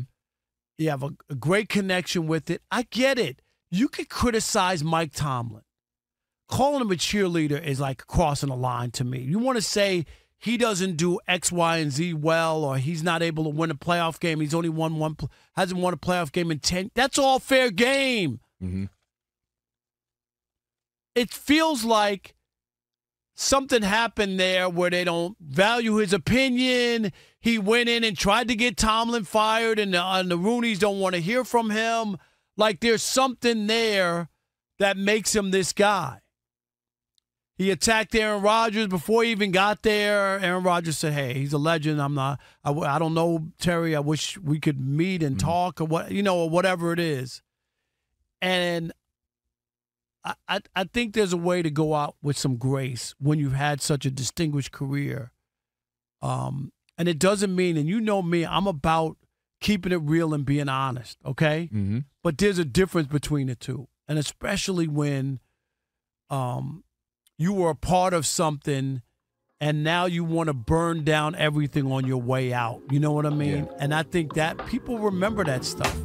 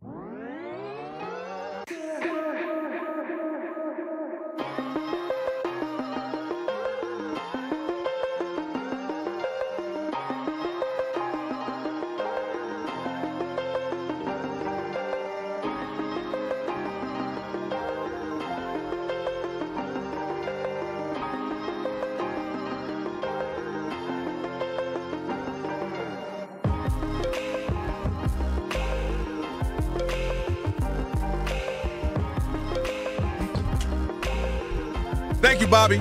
I'm a woman. Hey, Jamie. Man. I'm a little moist right now. How you doing? I'm Rod. What's your name? Billy. You know what I found out on that cruise? What's that? Never mind. I'm going to hold it. Just stop.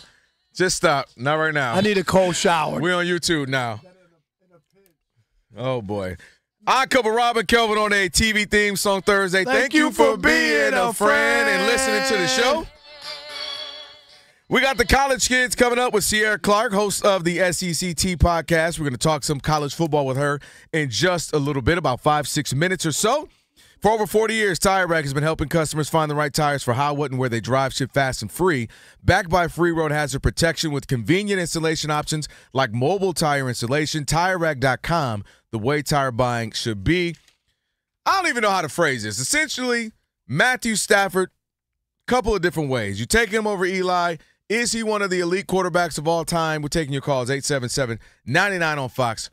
Who we got? Drew in Tampa. You're leading off. You're on the Odd Couple Fox Sports Radio. What's up, Drew?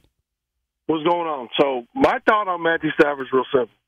There's times in the quarterback position where a quarterback makes a wide receiver and a wide receiver makes a quarterback. Matthew Stafford falls in that position where the wide receiver makes the quarterback. Calvin Johnson made that man's career, just like Randy Moss and Chris Carter made Dante Culpepper's career. Now, when quarterbacks make the team great, they make wide receivers. You look at the Tom Brady's, the Eli Manning's. Who did Eli have to throw to? Eli kept some receivers. No disrespect. You look at this. What'd you say? Go ahead. Go ahead. I'm just saying that's my opinion. When you have wide receivers that can make quarterbacks. Right. No, I hear what you're saying. Calvin Johnson made Matthew Stafford. 100%. That's how. Despite never playing in a big game for Calvin, another one who played that and wound up quitting prematurely on the Lions. But my they got God, a tendency of doing that to people. The only disagree I have with Drew is like, all right, well then Peyton Manning's not a great quarterback because he had Reggie Wayne, Stokely, Marvin Harrison, and Dallas Clark and Edgerrin James in the backfield. Golly, we're doing that. Ben in Seattle, you're on the Odd Couple Fox Sports Radio. What's up, Ben? Hey, Rob. Yeah, I'm calling to defend Stafford because you guys just sound like Detroit haters. Why does you have to be a hater? Wait, don't tie me into the Detroit hater. I got on a hat right now that says Detroit versus everything. Why gotta be a hater because I'm not on board with you? Everybody's got to be in lockstep. Is that what you want in this world? No, Rob, because you make good points when you talk about some of these quarterbacks that you don't like and stuff like that. But you just go completely left and just act like a hater or something like that. Let me tell you, Matthew Stafford is a Hall of Famer because Hall of Famer during his rookie season, remember how he got hit and got injured on that play, but instead of going out, went back they in carried and him scored a touchdown.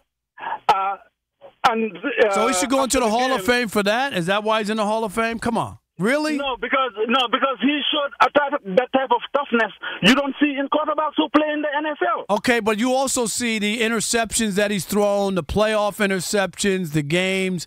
There's a lot of bad Matthew Stafford out there. Go look it up. There's a reason his name was Stat Padford in Detroit. If you don't stop saying that. No, you there's a reason. That. You coined it. But there's a reason. We didn't agree with it. But there's a reason that people didn't push back on that or say. I'm pushing back right now. You know that was a moniker for him. I saw Matthew Stafford make them boys compete and go and win games they shouldn't have won for years. For years. Because they would be like, here we go. You're going to add a couple of touchdowns and yards now with prevent defense. Who next? Chili Tim in Atlanta. You're on the Odd Couple. Fox Sports Radio. What's up?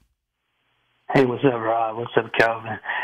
Hey, Rob, let me get a few points out before you start yelling. What? Wait a minute. Why are you going to say that? I'm not a yeller. I'm a lover. All right, you went too far now. Rob, listen to the show every day. I've been with you since the beginning of the show. I know you. So here we go. I'll say this about it. I think he's a solid quarterback, right? And here's why I say a couple things. You got to consider at the time he was playing in the division with Brett Favre, who had Sterling Sharp and Reggie White and those guys. So, I mean, he was playing and had a good Hall of Fame coach in Mike Hogan. So, it was hard to win the division. Number two, if you really look at Eli Manning, if you take out those two Super Bowl runs, he's a 500 quarterback. Take out the two Super – you mean the two Super – Let me finish. Let me finish, Rob, please. So I'm just saying this. You said the what is. If that pass hadn't stuck to David Tyree's helmet, he also had a Hall of Fame defense, some great defensive players. So my point is, I think Kelvin is right. Sometimes the situation does matter. The Giants were bad. The Giants were bad. And let me tell you this. This is why, Tim, I don't buy it. Because Eli, that wasn't the game winner, the Tyree, the helmet catch. That wasn't a game when he still had to throw to Plaxico to win the game. Stop making it like he just threw the ball up blindly. It was an amazing play, but he did just throw it up blindly. But he also, that throw he makes to Manningham up the sideline, that is one of the all-time great throws in a big game. David Tyree, the reason, he threw it to Plaxico, but he also threw a 50-yard bomb to him that we ain't heard from. David Tyree, we ain't heard from before or after. He made that amazing case. We ain't seen him since. Plaxico won the game winner. And we got down the field, and he beat 50 the yards 18-0 Patriots. And he's a humanitarian. There's not a single time. All of those 19-0 T-shirts went to Thailand. A defensive coordinator was like, yo, we got to worry about Eli Manning. There are several times where defensive coordinators were like, yo, we got to stop Matthew Stafford. What are you talking about? Eli's top 10 in touchdowns and top 10 in we got to stop Tiki yards. Barber. Top 10. We got to stop Tiki Barber. Stop it. Wasn't nobody thinking about no stopping Eli. Did you have something, Rob G? What you say? Oh, that was just a horrible throw. Did you just see that? Interception there. Monty's going to keep you updated on that. On the way, College Kids with Sierra Clark, host of the SECT podcast. Right now, Monty Bolaños. What's trending? Thursday Night Football, fellas, officially underway. Seahawks, Cardinals, and Kyler Murray just threw an ugly interception. I don't know exactly who he was looking at. Seahawks. That was terrible. It was bad. No, it was bad. No, he was trying to be Matthew Stafford on that play. Stop. Kyler Murray right now is, again, he just threw an interception, but he was only 2 of 4 before that for 15 yards. Sam Darnold has 39 yards. And, it seemed like a clean pick there for the Seahawks. No, but there was a fumble after, and they got the ball back. They got the ball back. Well, that's what it looks like. Oh, that's what it looks like. What happened? His own man's butt made him. They got a new butt fumble. The 2025 butt fumble. You got to be kidding me. He tried to go down, and his own player, hit him to. Oh goodness, you guys. Okay, well. It's early. It's early. It looks like a fumble. It is a fumble, but I think the Seahawks may have gotten the ball after the fumble. And I think that's what they're figuring out. No, the Cardinals got it. All right, then your TV must be ahead. I'm still looking at it in slow motion. We are. We're usually a little ahead. You're a little ahead. Gotcha. I'm still in the slow motion here. So we'll see what happens. Let's check in on baseball scores. The Tigers right now, who have lost a lot of games in a row, have a lead over the Guardians. It's 4-1, bottom of the 7th inning in Cleveland. Detroit has a half-game lead on the Houston Astros for the final wild card spot in the AL. Earlier today, Houston topped the A's 11-5. The White Sox have taken the lead from the Yankees. It's 3-1, bottom of the 5th inning. Yankees still competing for the division against the Blue Jays, but right now the Blue Jays and the Red Sox are scoreless, bottom of the 6th inning. The Mets holding on to the final wild card spot in the National League. Right now they're up on the Cubs 3-0, bottom of the 3rd inning. Earlier today, the Reds kept their postseason hopes alive. They beat the Pirates 2-1, so they're a half game back of the Mets. The Dodgers clinched the NL West with an 8-0 victory over the Diamondbacks, their 4th straight division title. Arizona is 1.5 games back of the Mets for the final wild card spot in the National League, losing earlier today to the Dodgers. Shohei Ohtani did hit home run number 54 on the season, which ties a career high. So still a lot going on here, guys, when it comes to baseball. We'll see how it ends. Back to you. All right, Monty. Thank you so much. See, I couple Rob Parker and Kelvin Washington on a TV theme song Thursday. And if you got achy knees, a stiff back, joints aren't cooperating, well, dang it, some days your body is like, nah, bro, this ain't the day. On those days, thankfully, there is Aleve with just one pill. Aleve provides up to 12 hours of pain relief so you can keep it moving. Please use as directed. Right now, it's time for College Kids. It's time for the College Kids here on The Odd Couple. A look at this week's college football through the eyes of the young and inexperienced. The rookie in the bit. They swear they know college ball. Takes it into the end zone. Yeah, right. Fundamentals are going to show up. Are their takes sophomoric or graduation worthy? Rob and Kelvin will decide. Bring them on. That's right. It is this week's installment of College Kids here on The Odd Couple on Fox Sports Radio. Joining us this week, as she does bi-weekly, to talk SEC football, none other than SECT podcast host Sierra Clark. Sierra, how are you doing? Good. How are you guys? Thank you for having me. Always, doing well, Sierra. thank you. Absolutely. Now, again, Sierra's got 3 very scintillating hot takes related to SEC football. The guys are going to tell us whether or not her take is sophomoric or graduation worthy.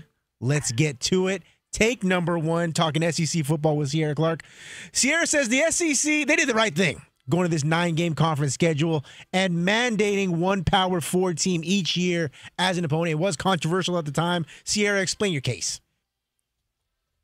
Yeah, so for years and years, there's been chatter on, well, the SEC always plays these cupcake teams. Even within the conference, there's a bit of a divide amongst fan bases on certain teams playing easier schedules. You know, Mizzou, they always played Vanderbilt, or Ole Miss got to play Vanderbilt and Kentucky a lot of times, while Arkansas or Florida, Texas, for example, this year has a easier schedule than a lot of the other teams in the SEC. They played UTEP and some other schools in Texas that are smaller, rather than schools like Arkansas get Notre Dame and their out-of-conference schedule. When there was divisions, they would constantly play Alabama and the really tough divisions in the West. And I think now every team gets a little bit of a taste of those tough teams because everyone's getting to play everyone now. So there's no hiding from any team now. Yep. All right, look, graduation worthy. Now they always say congratulations. That's right, girl. You got your cap and gown. I'll tell you why. Because you hit on a few things. Number one, they're playing some tougher people. They're playing them early.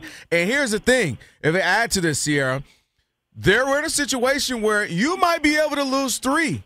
You might be able to lose 4 if you lose in the right games, the right time of the season, and still make the college football playoffs, if depending on who you are. So it absolutely helps for you to be playing tougher teams early, tougher, especially SEC teams, and it might keep your, it won't hurt you as much historically as it would. So why not schedule those tougher games? Because it might actually bode well in your favor. I'm with you. And not to mention, just us, the viewers, we get to see better games. I call them law firms. Don't nobody want to see these schools playing law firms, Davidson and Troy and Sampson and Sampson.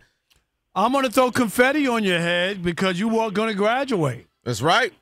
Now they always say congratulations. And I think you're spot on there. Too many cupcakes. I mean, they had so many cupcakes in the SEC. I used to have a toothache watching those games. I mean, it was just so bad. Dentist. So right now, and your point that you made, Kelvin, which is the right one, is that before, if you lost 2 games, your season was over. Was done. You had no shot, and now you can lose. So playing a good team, especially early in the schedule, is not a bad thing, even if you lose.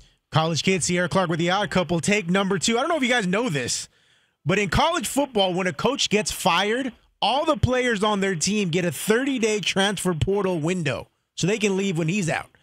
And even still, Sierra says, hey, I'm cool with it. I love when coaches get fired mid-season. Sierra, tell us why. Well, of course, I don't want a coach to get fired if he doesn't deserve to get fired. But, there's some situations where a coach, they just got to let him go. Like my alma mater, as an example, University of Florida, was Billy Napier, and when Florida lost to South Florida. I digress, but the specific example I'm talking about is with Oklahoma State. They fired their longtime head coach, Mike Gundy, after Oklahoma State lost to Tulsa. And like you said, the players can follow with them. And I say good riddance. I say this mostly as a fan because that previous coach recruited those guys, built relationships, and those guys clearly were not working out well because the team was not doing that good. So I say good riddance. Let's just clean house, get a new coach, and start over. Well, you know what? You graduated. Now that's sophomore. Sophomore, get on back. Come on back. Listen, if the coach decided to leave because he got a new gig, I'd give you that. But if he got fired, that's a whole different situation. Sit your butt down, finish this season, and talk to me at the end of the season. They have so many opportunities to transfer now, and it doesn't hurt them like they used to back in the day. So you can wait a handful more weeks when the season's over, get your transfer on in. But dang it, we had to fire him because assuming he sucked and he had to go. Have a seat, finish the season. Sierra, you just got your master's degree. Now they always say congratulations. I'm with you. He's out. I'm leaving. He brought me in. A new coach is going to come in and bring his own guys. I got to wait when there might be a job or a situation, you know what I mean, or circumstance available to me right now. Why do I need to wait around for that, for this guy to dump me once a new coach comes in? I'm with you, Sierra. All right, last take of the night. College kid Sierra Clark from the SECT podcast here with the Odd Couple. I don't know if you guys know this. We got a big game coming up on Saturday night. Number 17, Alabama, traveling to Athens to take on number 5, Georgia. What, they going all the way across the That's the right. They're 17 not hours. that Athens. 17-hour flight, Rob. And Sierra says this is the year that Georgia finally beats Bama in Athens. Sierra, tell us why.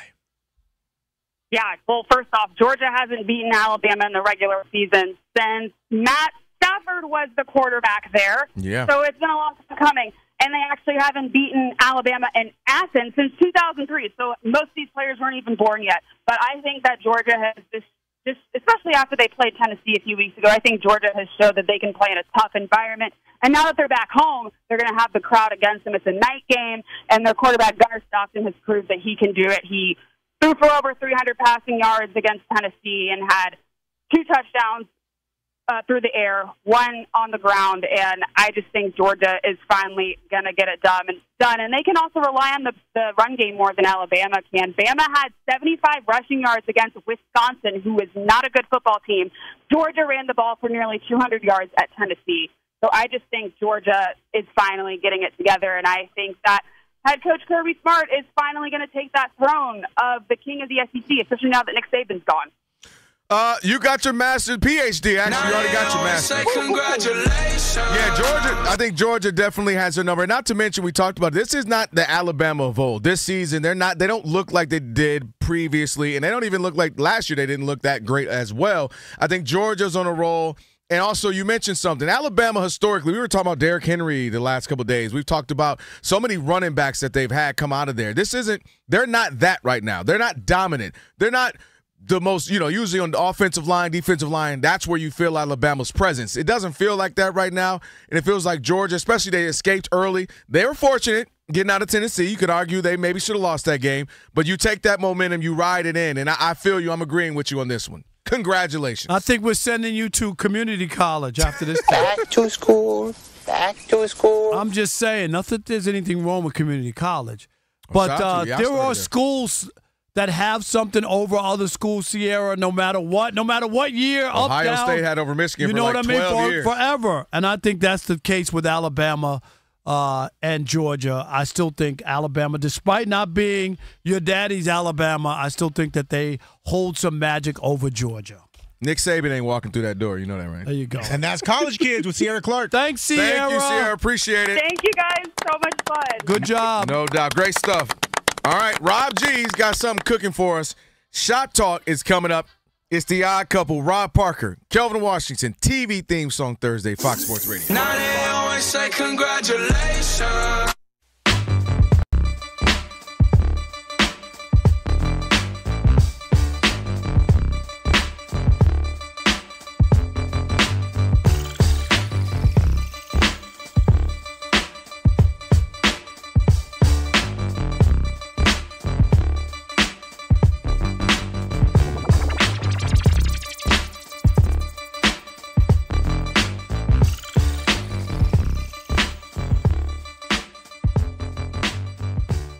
It's looking like the NFL is having conversations about the Super Bowl, and you and I have talked about just kind of the NBA, NFL, where they're going as far as streaming and things. And Roger Goodell put out the thought that it ain't crazy to have an all-streaming Super Bowl around 2030. And in theory, you're like, wait, whoa, because we all grew up where the Super Bowl was on, it'd be on Fox or NBC or ABC, kind of easy. Whether you had the little TV, you just turned it, or you had cable, you could access it. It was easy. It was free. You just watch TV. If you had the rabbit ears, you could just turn on the Super Bowl for years, for decades.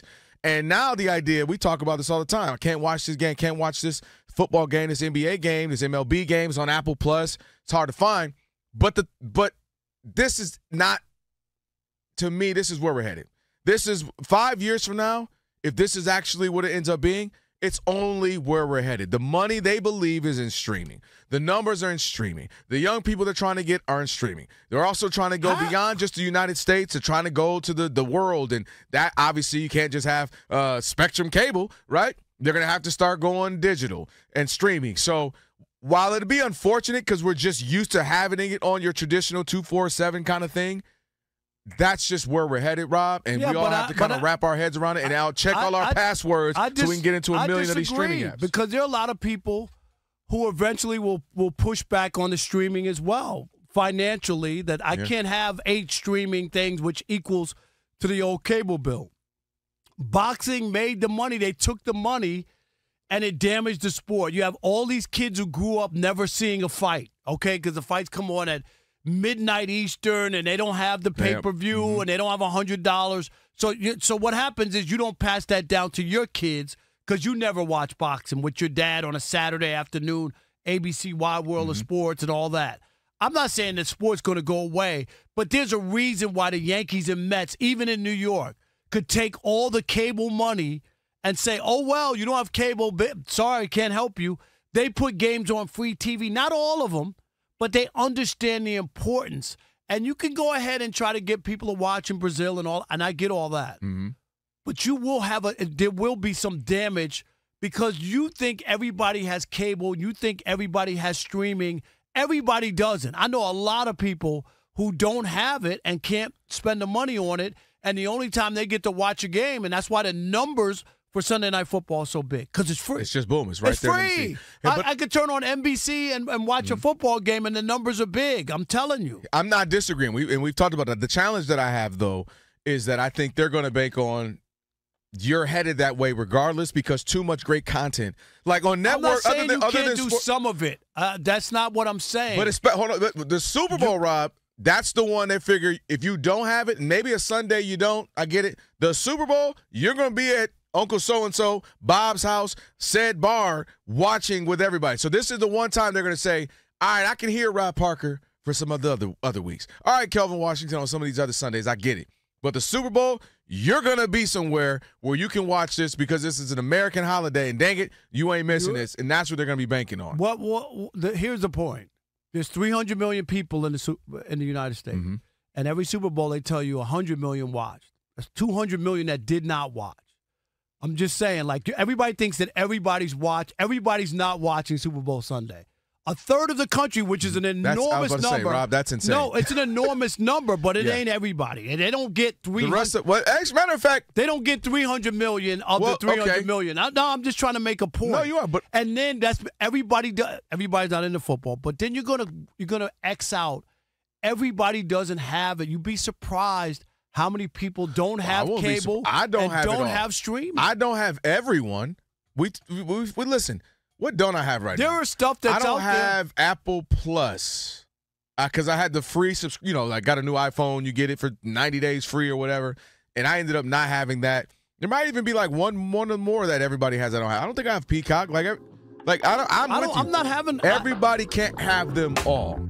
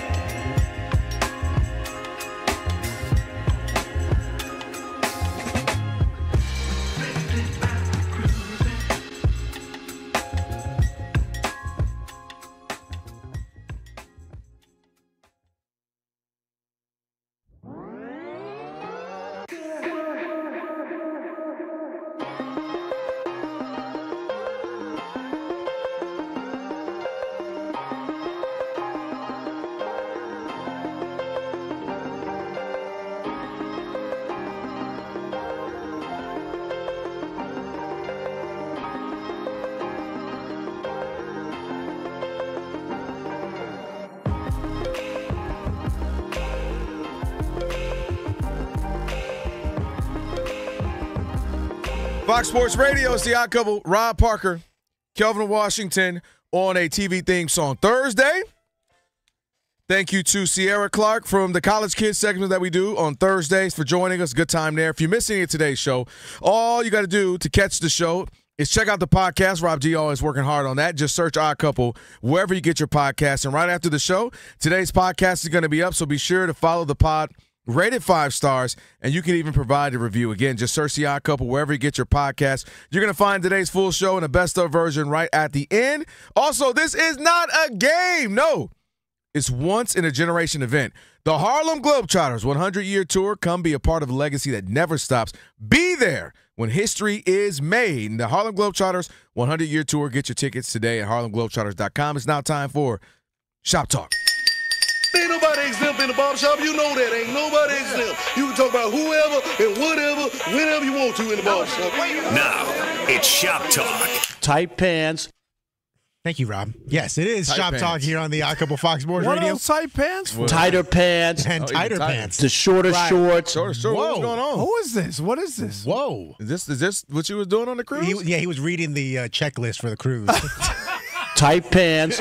Tighter pants. Tighter pants. Rob, Shorter you- The shorter Right. shorts. Wait till Christmas comes. Rob. You are something else. All right, no, it is Shop Talk. a Where'd you segment get this from? I don't even know what this is from. where we talk about something that happened outside of the world. It should have been the cruise, to be honest with you. Oh, man. I know that right there. All you gotta do is replay that segment. There's your Shop Talk. It feels like the internet was listening to that whole Monty Breeze segment we had a couple of weeks ago. Oh, the airport joint. Yeah, because there is a question that has people freaking out on Instagram, so much so they did a segment about it on the Today Show. And the question is very simple.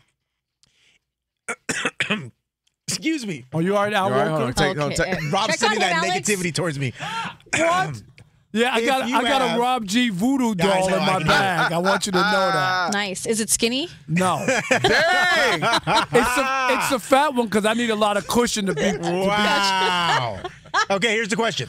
Oh, shoot. Y'all crazy. If you have a close friend or family member Okay. that is not busy, are they obligated to either pick you up or take you to the airport if you need it? They're not That's a obligated great to do question. anything. Come on now, obligated? That is the Even question. if they're not busy, they're not obligated to. I just don't You even better bother tell people. my family. I got some family. My sister, yes, let me put the camera on me. Dovey, I'm calling you out right now. My sister, for years, it's not like she's 20 years younger. She ain't 20 years older where she don't know how to. For years, my sister act like Uber and Lyft did not exist. Brother, can you pick me up? Can you? Yeah, what time you get in? 12:45 in the morning. Whoa, girl, you know I got kids and work and school and. Please. But you know what? I'm going to say this. I'm going to give a shout out to my older sister, Marianne. Shout out to Marianne. Because Marianne, at least, if she doesn't want to pick her brother up, guess what? She got a meal. She sends someone. She'll say, "I'll pay for your Lyft or Uber because I'm not going to come get Yeah. you." And I'm like, okay. Now to me, Wait, hold on. You take your sister money? yeah, of course I do. Oh, hold on. Now we got a whole new segment. Of Start course I it over. do. Start Shop Talk over. Now we got a Of whole new. course. But isn't that Monty? Isn't that nice Ain't for my nobody exempt sister? in the ball shop. We got a new segment now. Shop Talk is starting over right now.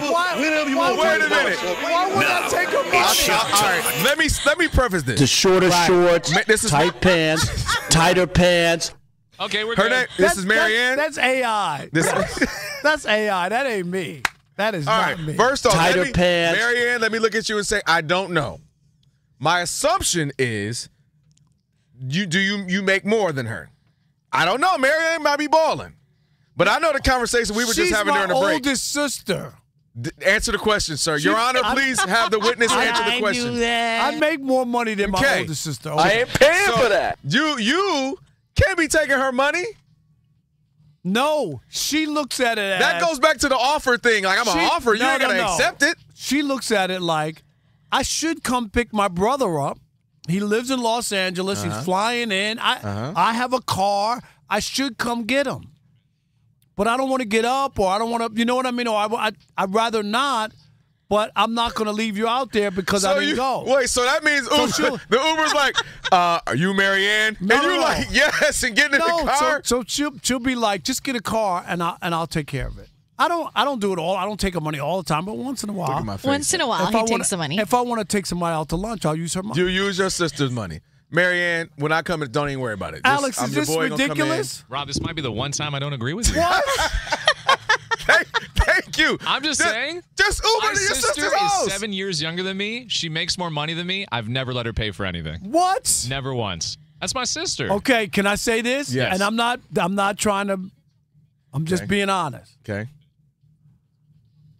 I bought my sister a car, and I bought two of her daughters their first cars. All right, so he could take. So she owes me, if we're going to be honest. No. The least she And can I'm do is not- pay for the Uber. And I'm not trying to but who here bought their sister a car? That's real. I bought my sister a car, A new car? a brand new car for her, and two cars for the two The siblings, youngest the daughters, I mean. Wow, their first cars, and that's all I'm saying. I'm All not right, trying to get any brownie points.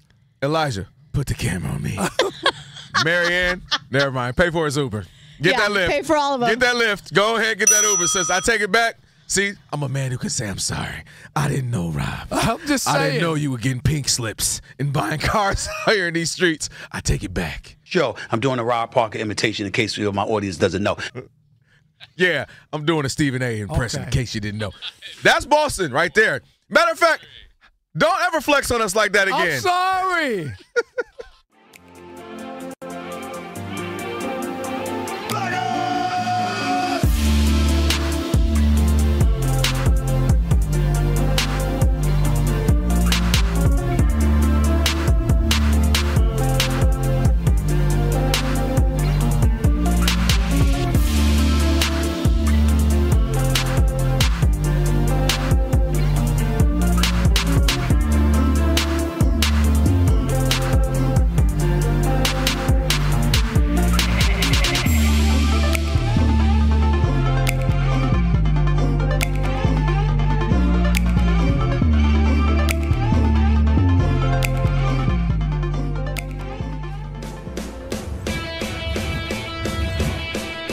Wake up, it's two pros and a cup of Joe, Fox Sports Radio. You ready? Yes. I'm Colin Cowherd. This is The Herd. You are listening to The Dan Patrick Show. It's the odd couple. You know what time it is. Let's get it. Fox Sports Radio. Bigger, bolder, and better than anyone in the game.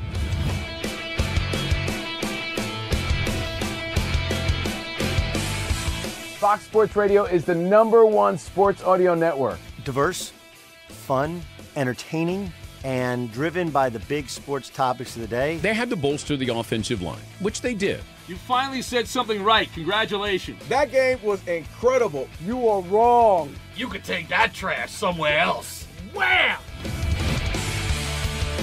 We have a very special connection with our audience, our listeners. People feel that friendship. And I appreciate y'all so. I love it. It's all for you. Thank you. I'm your favorite fan.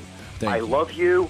You're very talented. You're the best. Thanks for taking my call. Sure. Great show. Thank you, Jim. You sound like Joe Pesci. How am I funny to you? I can't help but notice that the W-2s for the quarterback look a lot higher. That's because we're worth it. You gotta be kidding. He never was an elite quarterback. This team is unstoppable. He made the right call. You know that's right. LeBron James is a legend. No, he's not. He complains all the time. You say Brady's the greatest quarterback of all time, but Eli Manning beat him twice. Wrong. Wrong. For 25 years, Fox Sports Radio has dominated the sports audio landscape with the biggest talent and the best programming available. We talk sports and we have fun doing it. We talk about life. Sports radio is where you go after the games are over, and then the discussion begins. If the Chiefs win. Sorry, Patrick Mahomes here. What do you mean by if the Chiefs win? It is live. It is unscripted. No other medium can touch that. And that's what makes it special. Yes.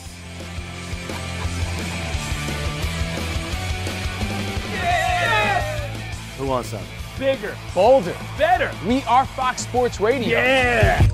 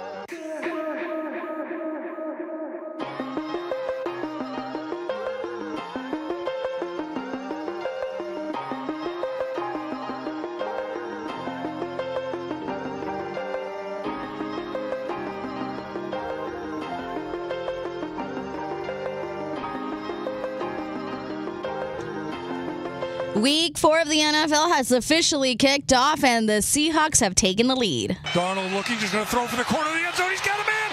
Touchdown, Seahawks. It's A.J. Barner, the tight end, just literally ran away from Akeem Davis Gaither, the linebacker, to the far side of the end zone. You just heard on the Seahawks radio network with that touchdown. They're now on top of the Arizona Cardinals 7-3. Still early in the second quarter. Sam Darnold is 5 of 6 for 78 yards and a touchdown. Kyler Murray for Arizona is 6 of 9 for 31 yards with an interception.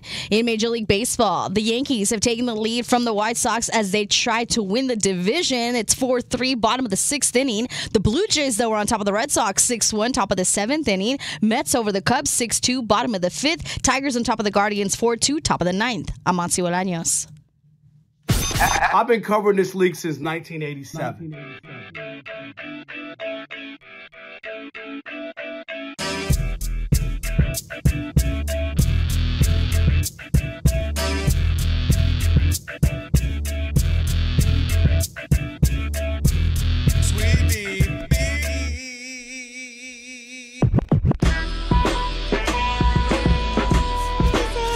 Can this sports writer and this sports fan share a radio show without driving each other crazy? Now, live from the Fox Sports Radio studios, here's Fox Sports Radio's Odd Couple, Rob Parker and Kelvin Washington. Hour number 3 on a TV theme song Thursday. What a show here on the Odd Couple. Rob Parker, Kelvin Washington. Achy knees, stiff back, joints not cooperating. Some days your body's just like, nope, no way, no how. And on those days, luckily, there's Aleve. Just one pill, Aleve provides up to 12 hours of pain relief so that you can keep moving. Use as directed. Yay. And this isn't just a game, I should say. It's a once-in-a-generation event. The Harlem Globetrotters 100-year tour. Come be a part of a legacy that never stops. Be there when history is made. The Harlem Globetrotters 100-year tour. Get your tickets today at harlemglobetrotters.com. Speaking of Harlem, after the ceremony in Connecticut, which we'll talk about with the naming of the press box for me, which is a week from Saturday, which I can't even believe. We're going out to this there? So Wednesday. I'll do the show Thursday from New York. Oh, gotcha, okay. And then the Friday, and then Saturday is the event. But we're going to this spot called Harlem Tavern. Okay. Buddies and friends, after the event, after we get back from Connecticut. So I'm looking forward to that. It's a new spot in Harlem. I've been to Harlem. Cotton Comes to Harlem. That'll be you.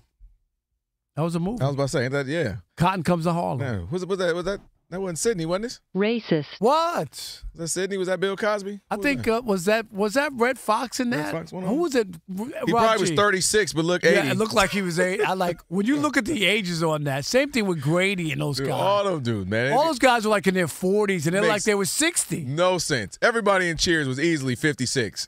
They're like 28. Like, wait, what? 32? Crazy. I don't know what was going on back and I'm in the day. trying, and I apologize. I know I got the crazy looking beard and haircut, and I told Kelvin the other day. And we all can relate. Okay, I'm trying to hang on and get my haircut before I go to New York and Connecticut for the whole event. And I don't want to do like a haircut now and then another one. 3, 4, 5 days. Yeah. So I'm just kind of like. No, you're all right. So I'm doing a Wolfman Jack right now. Listen, that's why I got a hat on. Rob just said 6 minutes ago that he bought 3 new cars for people, but he can't get 2 haircuts in a week. Well, I ain't gonna lie. After them cars, put the camera on me. Marianne, pay for this boy haircut. Get him 2 haircuts in a week. Bro, but buying the cars, I can't pay for that. That's true. He put him in debt, Rob G. He got the cars for that. He ain't got nothing else so no you more. can't call me cheap anymore. I think y'all. No, that's a new level. I think you guys have now changed your opinion of me. I have, but bit. only thing we'll say, we know you long enough to be like, what is it about these cars? What coupon? They weren't jalopies. What coupon did he use? Something. I'm worried with these cars. We know you. Went to one of those like police auctions where they're they were like, go to sold $185. It's Somebody all right. died in this car, $250. There you go. Yeah, but it's all right. Cars are cars. As long as they died in the back, it's fine. Yes, car. What? Just because he's in New York, the mob had to be out there doing hits in the car? Speaking of hits, Rob G. Speaking of hits, the Big Dumpy did it again, Rob Parker. I know you don't want to hear it. What? But my man is single-handedly I don't have anything against bankrupting MLBBro.com. All right, Cal Raleigh hit his 60th homer of the season last night for the Mariners. They play again tonight in about 40 minutes. Oh, God, it was so good when he did it. Oh, God. They clinched the AL West crown in the process. And now, according to Lamar Mitchell, friend of the show, BetMGM, Cal Raleigh has officially surpassed Aaron Judge as the betting favorite. Who was that? What, am I in the other? The AL MVP award. Was that me? All rise for the Big Dumper. He's going to win it. He is going to win it. Few reasons why, Rob. I know MLB bro ain't trying to hear it because you need to know. But dang it, this is why he's going to win. Number one, we know baseball is big on numbers, where baseball is big on history, and he keeps doing too many things. Number one, you start to look at these numbers. So he sets the most home runs for a primary catcher with 48. You see, he used the word primary because he doesn't always catch. Primary. Okay, go ahead. No, it wasn't for him. It's for everybody else. No, I'm just going to Then, primary. He did that back in August. Then he went ahead and did the most home runs by a switch hitter, 55 of them. And then you will be like, all right, Paul, that's good enough. No, I'm going to go ahead and knock out the franchise record and 56. He did that. And you know what was funny? Yesterday, right as you and I were getting off the air, he hits one. Somebody screams in the building, hey, he hit one. And what did you say? Do you remember what you said yesterday? What? He said he's got to hit two to catch up with it. Yeah, that's why you laughing. You said he got to hit two to catch up with Judge, and you walked out the door feeling good about yourself. Well, he hit another one and said, what Aaron Judge can do, I can do better, and hit another one. And so, listen, he's got more home runs. He's doing something that you know how difficult it is to play catcher. You know how difficult it is to play that position, the abuse you take, the battle. He might need a few leaves. It's bad on your knees. It's bad on your joints. Got a stiff back. And again, he's also doing stuff you don't get metrics for. They don't give awards and stats for when you're talking about the way he's framing for his pitcher. Oh, please. Now all of a sudden now I'm on PFF. Yeah, let me get my PFF off. Now his framing. Okay. He's a top number one framer. He is a top framer. Let me frame my point of view. So, no, I think because what he's doing for that team, by the way, clinching their division as well, on the night you hit 2 home runs, I think that kind of sealed the deal for him. It's going to be very close. You know, if it was boxing, it would be a 10-9. But I think he's going to edge him out again because what he's doing for that position, the number in which he's doing it, he might end the season with 60, all you 62. have is qualifiers for that position.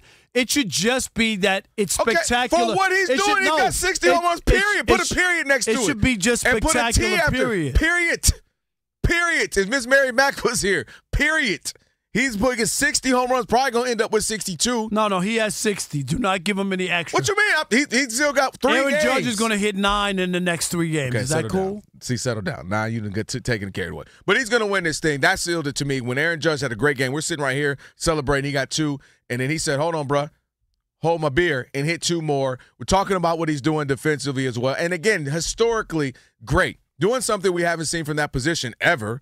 And I just think those things are going to go in his favor. It's going to be very close. Aaron Judge is absolutely deserves of it. And that's what's happened over the last handful of years. You get guys where Aaron Judge, Shohei Ohtani deserved it. But Aaron Judge hit the 61, and so Aaron Judge deserved it. So they're doing things at historic rates, and both of them have been great. But I just think the Big Dumper, which out of the blue, all of a sudden his nickname is huge. And I think he's done enough to secure it again. When you look at the amount of home runs, the position he plays, setting franchise records, and doing it all at the sake of actually winning too, that's the key part as well. I think he just locked it up yesterday.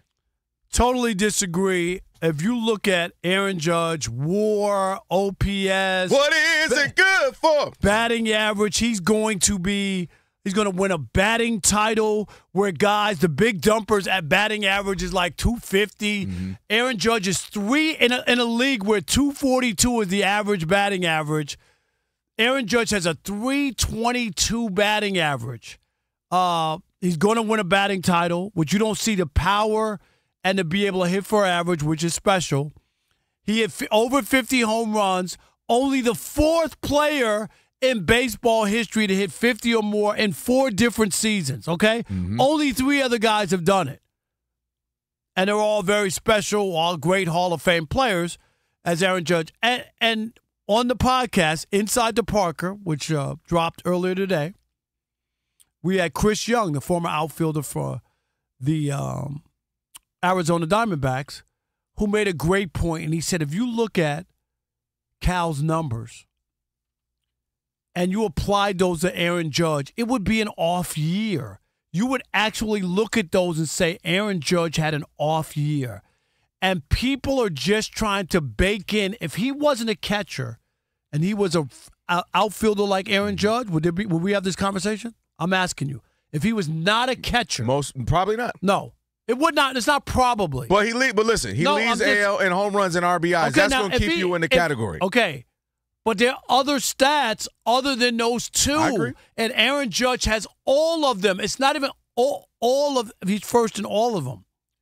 And Aaron Judge also missed 9 or 10 games with injury. I'm not making an excuse. He has more home runs. Now, if he gets 63 home runs and breaks the record, right, then we have a conversation. Then you could say he just set a record, all-time record, most home runs in the American League. I can see people voting for him. Without the record, I don't think it's close. But, all right, now here's my pushback. I don't. He already has the record. He has the record for the most from a catcher. He has the record for most from a switch hitter. Period. Like he's already knocking down records. Aaron Judge didn't have the record for the most for an outfielder. He had the record for the most. If Cal has the most, but he doesn't have to do that when the season because Aaron Rodgers, now talking about because Aaron Judge isn't doing it. It's not like Aaron Judge has it where right now and he's like I got to go catch him. But why does it always have to be about just the catcher? I know I get that. And I hear you. That's a fair point. But it shouldn't just be that. Because I'm telling you, if he was a third baseman or any other position, he wouldn't even be in the running for MVP. And that's the point. You don't expect this from a catcher. But look at you have to contextualize things, Rob. Look at his framing. Nobody recognized his framing last year, but now because he has 60 bombs, look at his framing. Yes. Can you imagine squatting for 9 innings? Can you imagine squatting for 9 innings? Yesterday, I had to talk to you about some Smuckers and some Jiffy. Okay, I had to throw peanut butter and jelly on you to make you understand that Shohei Ohtani was the best player in baseball. Because dang it, these two things go together. One of the top 2-3 hitters in baseball, one of the better pitchers in baseball. You put them together, he's the best player. My point is, it's contextualizing. It's because of what Shohei does all around and pitching and hitting, and he can steal bases and all of that. So it's the same thing. It's the fact that he is a catcher because catchers don't do this normally. So contextualizing. So you can't say, well, what if he was a third? Well, we see what third basemen. No, we see what outfitters can do. But that shouldn't be the only thing that matters.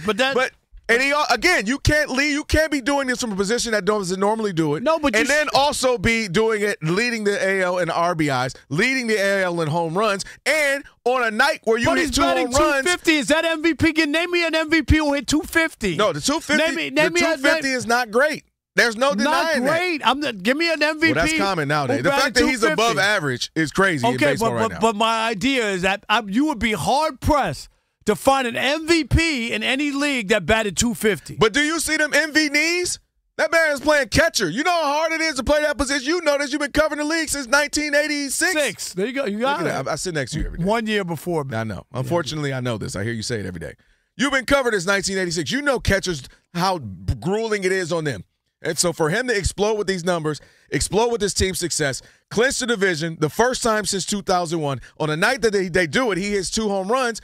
To me, that was – and we also talk about this all the time in MVPs in any sports.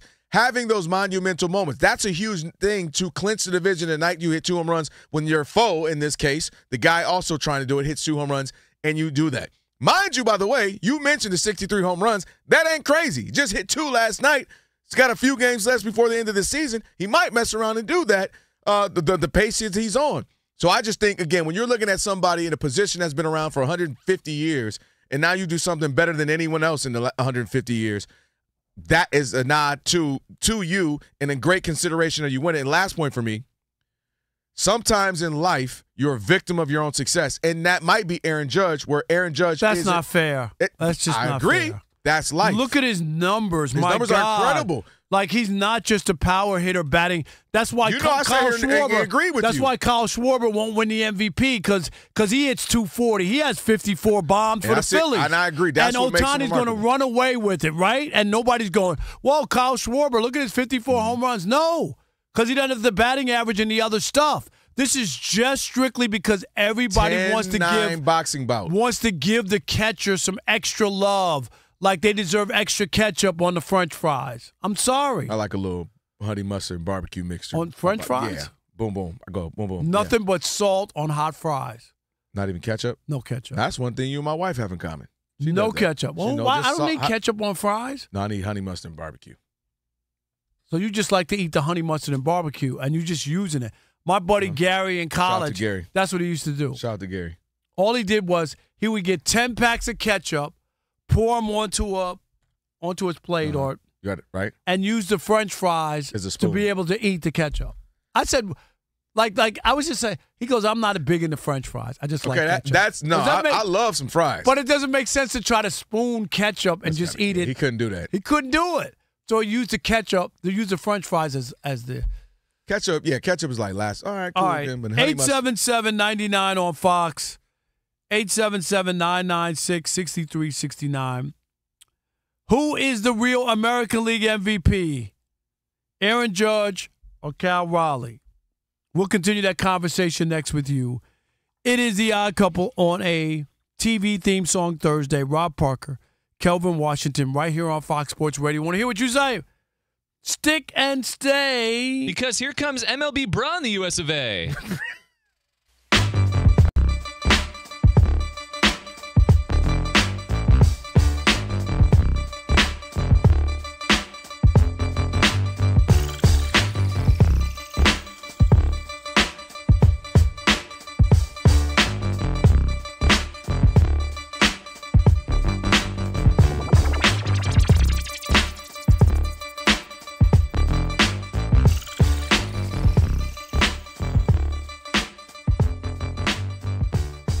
Yeah, Tom Brady's not a fan of people like Rob Parker today. What? Because he put out a lengthy post on his, I guess it's a newsletter. It looked like more like a blog to me.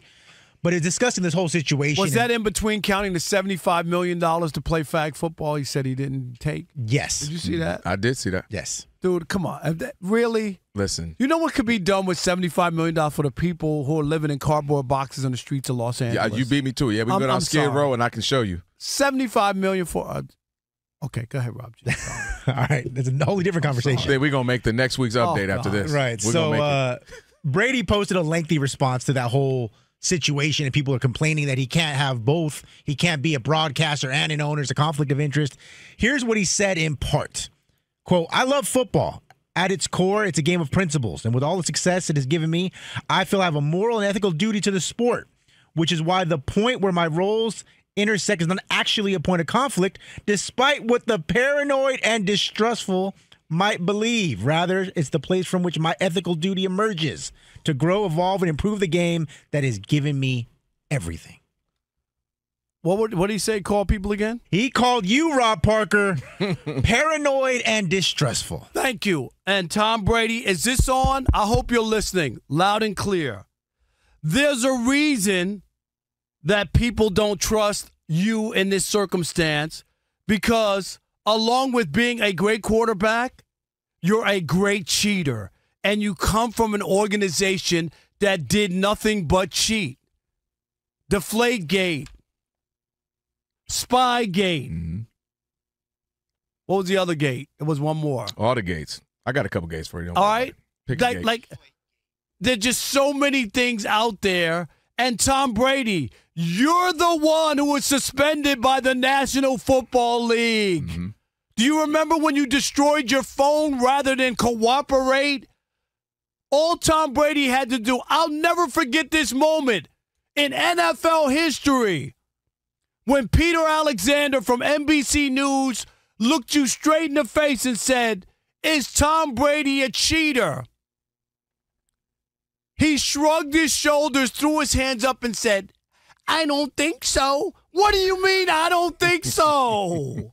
That's what he said. I don't think so. but he destroyed his phone rather than cooperate with the NFL. Somehow he had 300 text messages with a guy he said he didn't know anything about. Either they were having a relationship or something else. I mean, you have 300 text messages and you don't know. He claims he don't know the guy personally. And his nickname was the Deflator in those texts. Can you help me? You don't know who that guy is? Come on, Tom. This is why people don't trust you. Your history, your legacy is filled with cheating. Why would you stop now? And you could say, oh, I didn't know what was going on. Oh, gee, golly whiz. I don't. No, stop it. You knew what was going on with the deflated footballs. I have no knowledge of anything. Yeah, Don't disrespect him, Rob. He said he had no knowledge. So my point is simple. People don't think this is a good idea, and it is a conflict of interest, and you can't see it because you want what you want. You want the high-paying television job, yet you want to be an owner. Nobody else is doing that. Nobody else. Because it doesn't go together. For fellow coaches and people go, oh, it ain't a big deal. They just like you. In reality, if they were asked an honest question where maybe they don't have to be counted, they'd have a different response. Look, I mean, you already touched on, we've talked about this, and then you touched on some of the things that I'm going to add to it. So Tom Brady went from deflating and scrubbing balls to scrubbing calls, right? He went to, hey, scrubbing them calls out the call log, and we know about the Deflategate, Tampergate. Don't forget Tampergate. We're tampering around with the Dolphins. And this is what I think he's misconstruing. Tom, let's say you've turned a new leaf.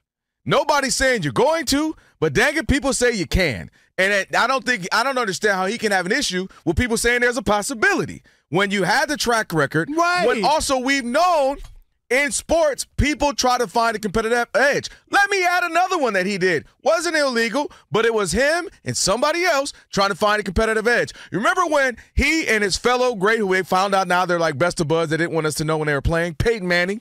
Remember they went and talked to the league about stop hitting us low and we don't want them to hit us here and they're hitting us like that. And then Tom Brady a few years back, man, they got to take hits. I was out there taking hits. Tom, easy, Tom. You and Peyton Manning were the main two going about we're getting hit too hard, we're getting hit too low. And they're also the ones who went to the league to ask that they have their own balls every time they were quarterbacking, their balls came in. And that's how the whole thing came up with the Deflategate. Like, oh, is there something else?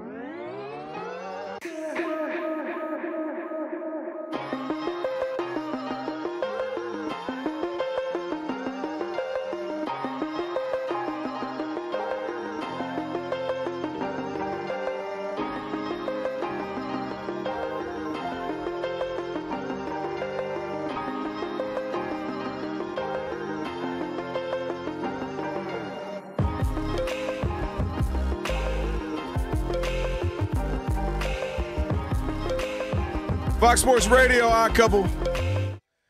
Rob and Kelvin on a TV theme song Thursday on the way. Teichert's Tower Trivia. Look at Monty geeked up for that.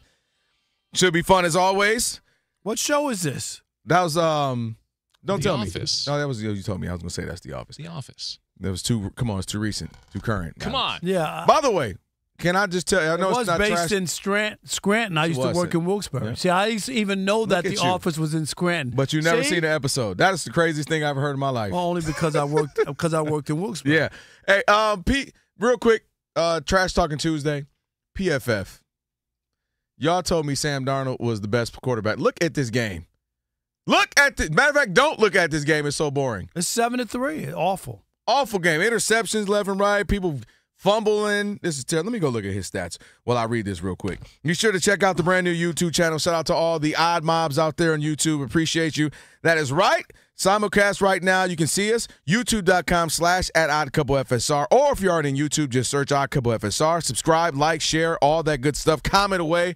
Shout out to the Odd Mob who's commenting away. And shout out to Sean who's kind of become the general of the Odd Mob. Let us know which one of us has the better takes. Is he Filipino or she? I don't know.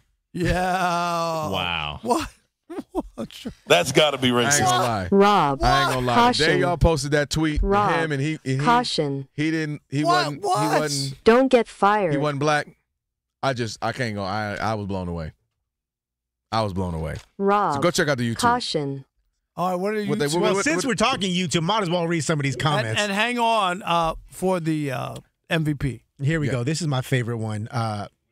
Well, first, preface it. Adam says, keep fighting the good fight, Dub. You've been cooking this week with all your takes. Fire emoji. Appreciate you, goodness and gracious. then Who is that? Young Halleck had to just take it to a place I didn't know we had to go to. But oh, boy, I'm scared. Rob Parker looks like the unk in front of the liquor store that always got the best cliches.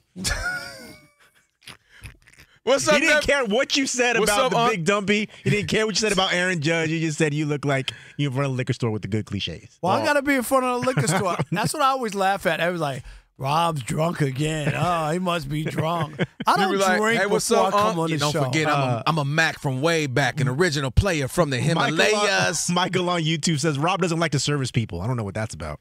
Oh, what does that mean, Rob? I don't know what that means. Tell him he don't know you like that. You know what I mean? Oh, my God. Can this show be over? I want to leave.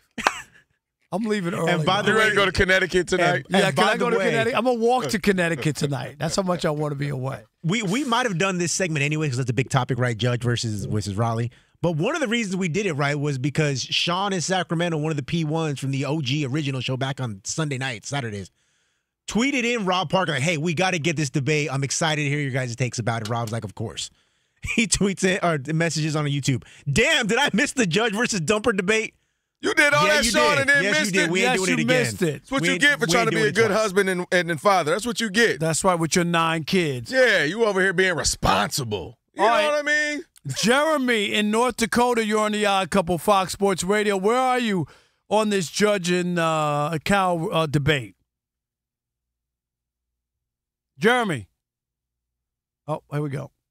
Cal Raleigh's been on the field a lot more than Aaron Judge. Aaron Judge, he stays hurt, so MVPs need to stay on the field if they want to win them. How about his numbers? His numbers don't mean anything to you? Well, Cal Raleigh's missed 3 games. How many games has Aaron Judge missed? I think he missed 9 or 10. Or that would be the number, something like that. Not that many this year. Not that many. You're playing hind catcher. It's rough on your knees. You know what I like? I like Jeremy. I like his takes, but also like his accent. Where are you from, Jeremy? I like his accent. I was born in Blackpool, England, in the UK. Wow. I moved over here about 17 years ago. I didn't have a Parker Pistons, but I got a couple of businesses now, so I'm doing all right. Man. Go ahead. There you go, Jeremy. Go ahead. Let him know. That's why immigration is a beautiful thing. I'm just saying. RELAX. Relax. What? That's your man telling you to relax. Rob. Come on, Rob. Caution, especially right now. You know they don't like nothing you just talking about right now. We can't have nothing. They taking slavery pictures. Can't have nothing right now. I've never seen Alex shake his head so many times at me. Let me stop right now. You can't do nothing nowadays. Jimmy Kimmel. Let's go to Monty. They're taking Jimmy Kimmel off the air. What? I say nothing. I just said it. He was proud. Don't have us on here talking about we're sorry that we said. Don't have us on here have to do to Jimmy. Hey, Monty, how are you? Hey, Monty, how are you? Oh, see, look, now they censoring you. They cut your mic off. They cut your mic off. Literally. It's unbelievable. Man, from DC, they cut your mic off. God. All right. Yeah, this game has been a little boring. Snooze a fest. smidge. I will say that. I thought they said that the NFL was exciting and every game was great. No, it's and that not Sam true. Darnold was the best quarterback in the NFL. Lies. Fake news. Seahawks are up, though, 7-3 against the Cardinals with a little over a minute to go in the first half. Kyler Murray has thrown 2 interceptions, one right off the hands of Marvin Harrison Jr. His struggles continue. Kyler Murray is 12 of 19, 67 yards, those 2 interceptions. Sam Darnold, 8 of 10, 123 yards, and 1 touchdown that went to A.J. Barner. It was a 16-yard touchdown pass. So, again, 1 minute to go in the first half. The Seahawks do have the ball, and they are in the red zone, so we'll see if they get any points on the scoreboard with a little over a minute to go in the first half. Back to baseball. The Tigers snapped their losing streak. They officially beat the Guardians 4-2, so now they have a 1-game lead on Houston for the final wildcard spot in the AL as the Astros topped the A's earlier today 11-5. Yankees are back on top of the White Sox 5-3 after 7 innings in the Bronx, while the Blue Jays are on top of the Red Sox 6-1 bottom of the 8th inning. The Cubs have cut their deficit to 3 against the Mets at home. New York is up 8-5 bottom of the 6th inning. And earlier today, the Dodgers clinched the NL West with an 8-0 victory over the Diamondbacks, their 4th straight division title, while Shohei Ohtani hit home run number 54 on the season. That ties a career high. The Reds also kept their postseason hopes alive. They beat the Pittsburgh Pirates earlier today 2-1. So right now, they're a half game back of the Mets for the final wildcard spot in the National League. And again, Mets are up right now 8-5 against the Cubs, bottom of the 6th inning. In NBA news, the Lakers extended the contract of head coach J.J. Redick. Redick signed a 4-year extension last summer when he was, or a 4-year contract last summer when he was initially hired by the Lakers. It's unclear how many years were added as part of this extension. Back to you guys. All right, Monty, have a wonderful night. Jess, Appreciate you. You too. It is the Odd Couple, Rob and Kelvin. When on I first heard that TV he got an Things on extension, Thursday. I thought it had something to do with hair. You got some extension. Rob, caution. You can't even bring that up right now. You can't even bring up extensions, weaves. You can't do none of that right now. All right. It's hard out here in these streets. Without further ado, it is time for Teichert's Tower of Trivia. And now, ladies and gentlemen, vegans and meat eaters, kale chip lovers, ruffle chip lovers, it's time. This game is so easy. For Teichert's Tower of Trivia. That's right, it is Teichert's Tower of Trivia. Sam, you got to like sports to work in sports media. The star of this segment, a future voice actor megastar. A guy who was ordering Wingstop for the next show and said, screw the minorities. None other. Wait. than Alex Teichert. What? Hold on a second. Wait, I don't get fries? Or am I getting fries? Must get your own Oh, okay, good. With my own ranch. So you guys Well, he are said you're ordering getting your own food. fries. With my own fries and my own ranch. Oh, I thought he meant like you're on your own. Oh, no. Okay, making sure. I don't think, I hope not. So that's what you guys do with the show that comes on after us? Well, they buy. They buy. Do you want to buy wings for us? No. Okay. Did you not hear? I just bought 3 cars for people. Exactly. I don't have any more God. money. I can't even pay for my lift. Now I get it, though. Now I know why. All right, guys. In honor of the future AL MVP, the Big Dumper. Oh, my. This is all MLB nicknames edition of Teichert's Tower of Trivia. Love it. Oh, God. Flipped a coin during the update, and Dub gets question number 1. It's rigged. You guys know the rules. No cheating, no tomfoolery. YouTube will tell us if things go sideways. Here we go. Let's do it. Kelvin. I'm trying to three-peat, by the way. Number 1. Hall of Fame pitcher and Mariners legend, by the way, just like the Big Dumpy, Randy Johnson, was so tall they called him the blank unit. Alex, what up, bro? Wait a minute. Hey, okay, I'm now? not going? This is not my clue? No, he said me. That's unbelievable. Listen, take it up with the commissioner. Alex, Once you ready Alex to do this? realizes this was made for me, but go ahead. Oh, thank you for that. Wow, that's a good clue. You ready? Yeah. Here we go. Rob's a team player today. Little. Well, this is Rob Big, huh? Let's go. Let's go. Keep it simple. K-I-S. I thought you were going to say chicken. He wouldn't have got it. Oh, yeah. He would have said soup. Oh, Chicken Little. Here we go. Level number 2 over to Rob Parker. Rob, Fred McGriff. Love Fred McGriff. Very quietly had one of the best nicknames in sports back in the day, not just in baseball, all of sports. It was the crime blank. Alex, how are you? I'm good. How are you? The difference is when I ask you, it's from the heart. I really care about your welfare, You're right. how you're doing. Like Kelvin's just got here last week. It's true. And he's acting like he's buddies with you and he cares about what's going on. You know, I mean, Kelvin. Ben Maller. Until you have taken the time to wash Alex's hair and braid it. At that point, I thought you were about to be Jesus. You washed his feet. I didn't know where we were going with this. All right, here we go. Alex, you ready to go? I can't be washing nobody else hair. I might have to wash the feet before I wash the hair. That might be doing too much. I remember when Chris almost pants. Chris almost threw up in his mouth. Tighter pants. When Aaron Rodgers had a big game and I said I was going to drink his bath more. Yes. The shorter shorts. I remember that. You remember Chris? Now I'm more convinced than ever about this Golden Girls. Yeah, really though. Is the man into? All right, can we go? I'm ready. Oh, the K9. Jason Smith. K9? I'm in. I'm back. Hey, look at me, Rob. The only thing I can think of is dog. That is correct. You did make that a little harder. I was going to say Snoopy, but you might have said Doggy dog. You might have, yeah. What Yeah, else? I think he was assist. Well, he might have said Charlie Brown or something. I don't know. If I said Snoop, Dog. okay. All right.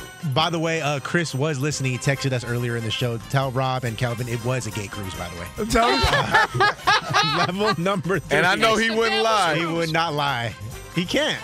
King Movement will fall apart. Oh, if he is that lied. right? Okay. All right, level number 3.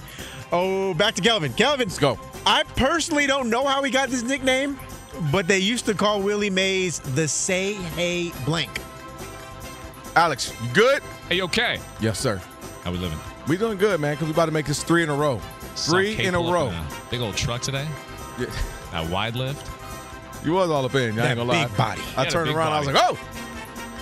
You know, I had the streets mentality. I turned around. You was on my shoulder. I was a swear, little you nervous. open the door, Monty. All I hear is body, yada, yada, yada, yada, yada, yada, yada. Unbelievable. God, crazy, crazy.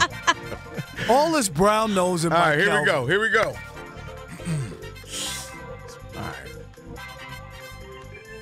All right. Here we go. 2 pros and a cup of Joe coming up next. Here we go. Here we go. Here we go. Big Parent. What? Parent. Oh, this is a terrible clue. Who? Parent. Yeah. Parent. Trap. That Nice. is incorrect. I mean, I get that. I get that. I like yeah. that, yeah. I didn't set you up. I didn't. This is. Remember, I always tell you. I can't say it right now. After it, you know what it is, Monty? No. Okay. Yeah, that's how bad the clue was. Okay, you ready? Good one. Here we go. Alex. This is. You know, this is where I get it right back, right? It comes to me and then I stretch get a it. little bit. Let's see. Here we go. A little tight. A little cold. Hey. Rock. Oh, I'm back. I'm back. I'm back. I'm back. Rock. I'm back. You know, Hey. Rock? Yeah. Come on, Ben Maller. Rock. Let's go. Jason Parent? Smith. Rock? Yeah. You just said, what'd you say? Hold on. Wait. Parent? Flag on the play. No, I'm just asking, what did he say? Parent? Rock? 5, 4. Stop it, stop. Kid Rock? That is correct. Yeah. Wow. Making America great again. One song at a time. Trust me, it wasn't the guy I wanted to mention, but I just had no choice. I know. I wanted to say play like kid and play, but I was like, I can't say and play. By the way, we're having a great segment right now, and there's this guy thirsting on YouTube. Where's Muncie? Yeah, whatever. Hey, listen. Go ahead and show it. If you know if the ratings go up, just Monty's Tower. go ahead. Yeah, Monty's Tower of Terror at this point. Take it. So, Rob, back to you, right? Yes. Oh, What's my the score? gosh. Am I down? 19 to 10. Yes. Rob, this one's right for you. Yankees legend. Means you got to know this one. Reggie Jackson. Oh, God. So clutch in the postseason. I love him. He's the original Aaron Judge. Original. Oh, God. Would y'all stop They it? called Hey, him MLB Blank. Bro would have been What worth is $1 that? billion back then. And what's going? Alex, keep going. Oh, God. Oh, God. Oh, God. Is that me? Oh, That's God. absolutely. That's not me. I don't say Absolutely. that. Sorry, but when I hear Aaron Judge, oh, God. Absolutely. I think Yankees, it's Aaron Judge. It's peanut butter jelly. Hey, MLB Bro with Reggie Jackson. Woo! Okay, go You'd ahead. have been Bob. Daddy Big Bucks. My face hurts. Did you say the question, Rob G? Reggie Jackson, a.k.a. Mr. Blank. Alex, how you doing? I'm good, but I'm not Aaron Judge good. All right, here we go. I'm ready. Monty's whole throat came out on the laugh. Monty's laughing harder on purpose. She wants the camera on her for this guy on YouTube. We know. We see through it. Elijah, put the camera on me. All right, Alex, you ready? I'm ready. Oh, shoot. Hey! I'm so glad YouTube gets to see all this charades that's going on. No, I'm just stretching. Yeah, I bet you are. You done touched the light. September. This is crazy. Hey. September. I'm waving to Elijah over here. Yes, you are. This is crazy. September. YouTube get to see. Come on. It's going to be October? Yeah! That is correct. Mr. October. Very nice. I got so much beef with the commissioner. All right. We got time for one more. It's already over. It's over. It ain't over. You said this one worth 5. Go ahead. All right. Back to Dub. Yeah.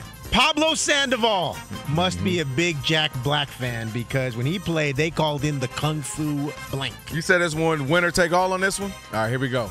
Alex, you ready? I'm ready. We're going to do it quick and easy. So I like it. So we can move on. No you calls. ready? Here we go. Them kids.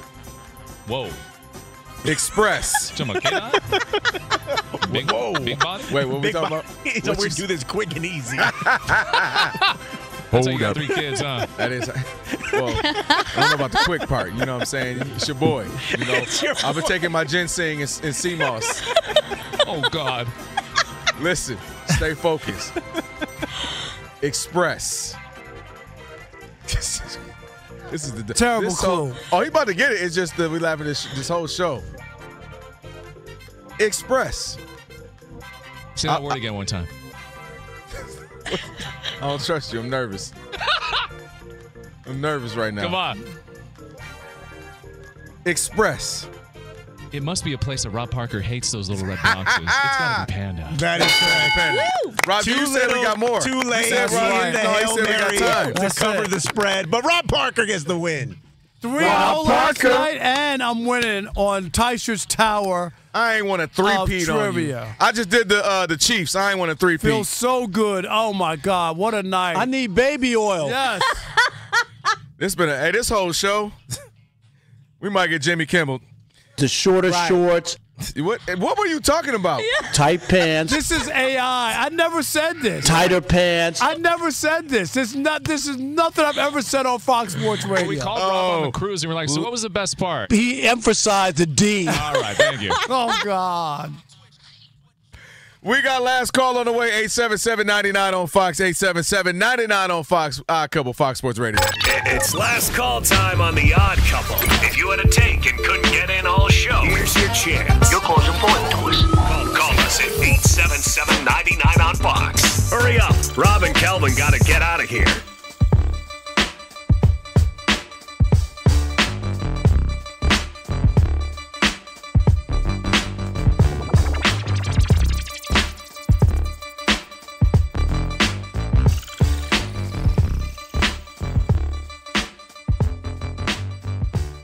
But are you willing to look into our YouTube camera and admit that Ohtani's the best player in baseball? That's all the people want.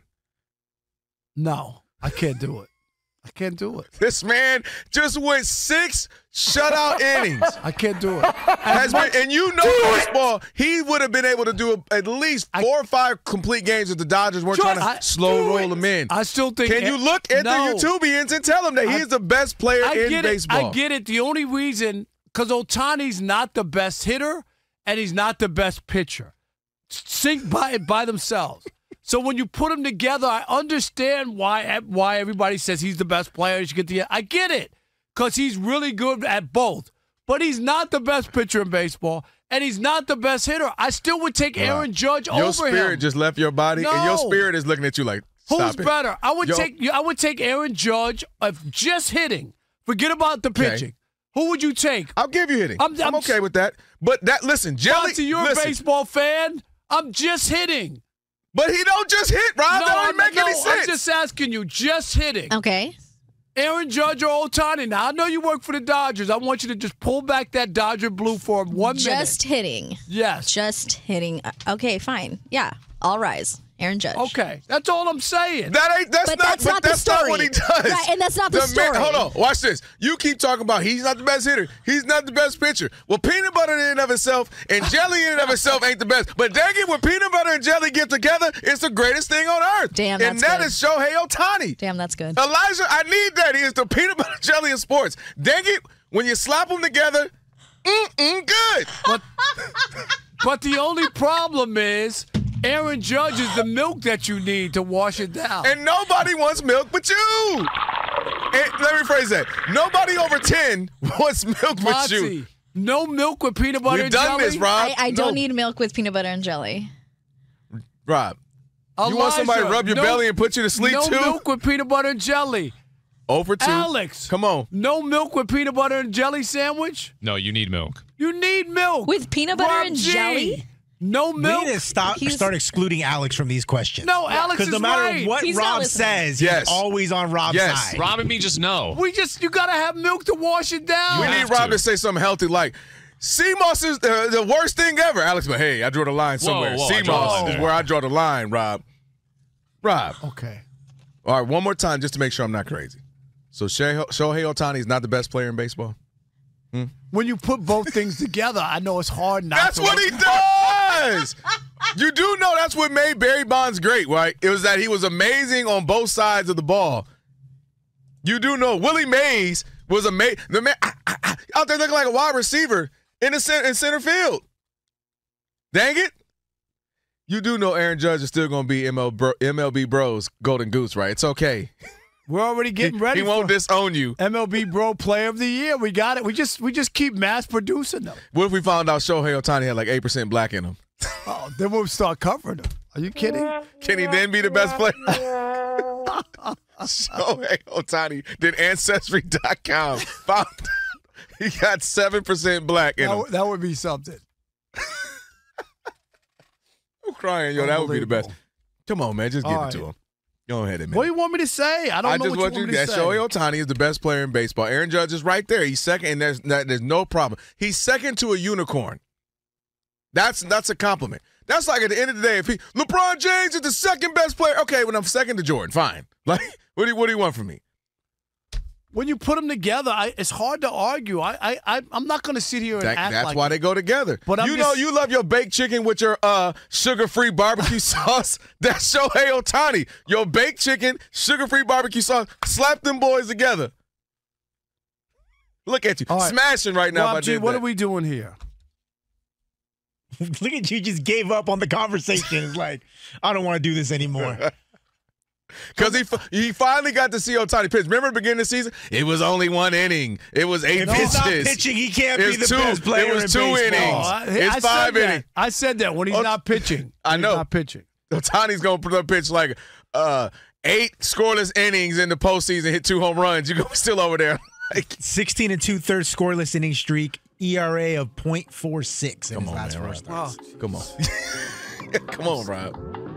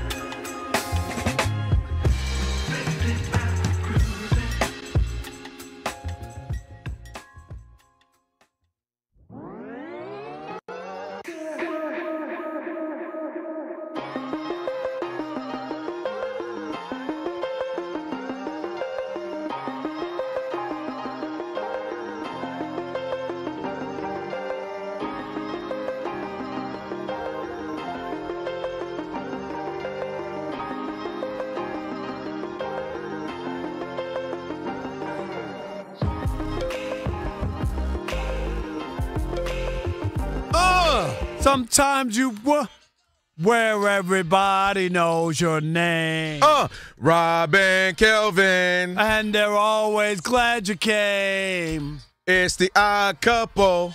Trouble's all the same.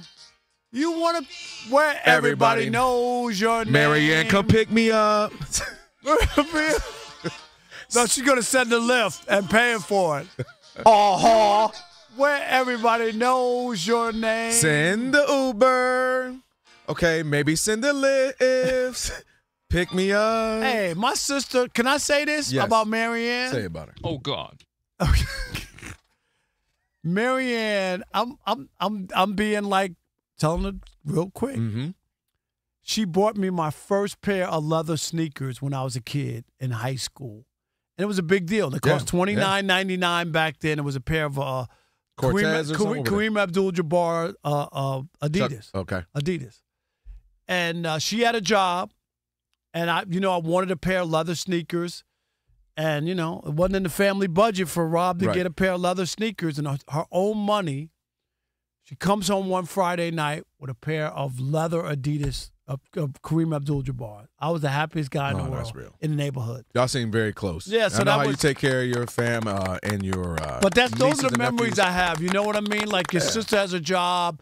I don't have a job. I don't have money. And she buys me a pair of sneakers. Still ain't got a job, but, Friday on a payday. You like Tommy from Martin. I still don't know what you do for a living. Hey, sir.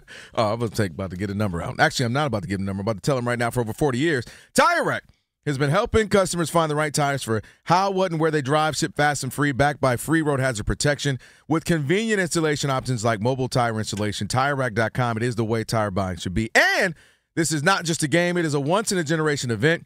The Harlem Globetrotters 100-year tour. Come be a part of a legacy that never stops. Be there when history is made. The Harlem Globetrotters 100-year tour. Get your tickets today at harlemglobetrotters.com. All right, Rob G. With the streets there? Or what are they saying? The Odd Mob, again, is getting burned down right now. What are they doing it started off fine, all right? Okay. It said Jiu-Jitsu for Life says Rob Parker to Tom Brady this game, always cheating. Wow. Thaddeus says, A-Dub, quick and easy with two palms out is dirty work. And then it just really went down a weird rabbit hole of guys thirsting over Monty again. Yeah. Really, Monty? Monty got a layoff. So, says, hey, Mike, call in and shoot your shot at Monty, my boy. Biento says, is Monty taken or what? Only one way to find out. Then it's word on the street she's dating a fine young man named Sean. Then I heard, hey, Monty only likes black guys. No cap. Wow. And then this thing is really weird. Oh, my God, look at her on the screen. Love her laugh. Yeah. And the best part she's about not allowed on YouTube Hey, Rob G, no more. number one, she's not allowed on two. Rob's, both of y'all, and Alex, the best part about this is you can tell Monty. Look, she gonna let me do Monty. Oh, my God. No, stop it, Rob G. Stop it, Rob G.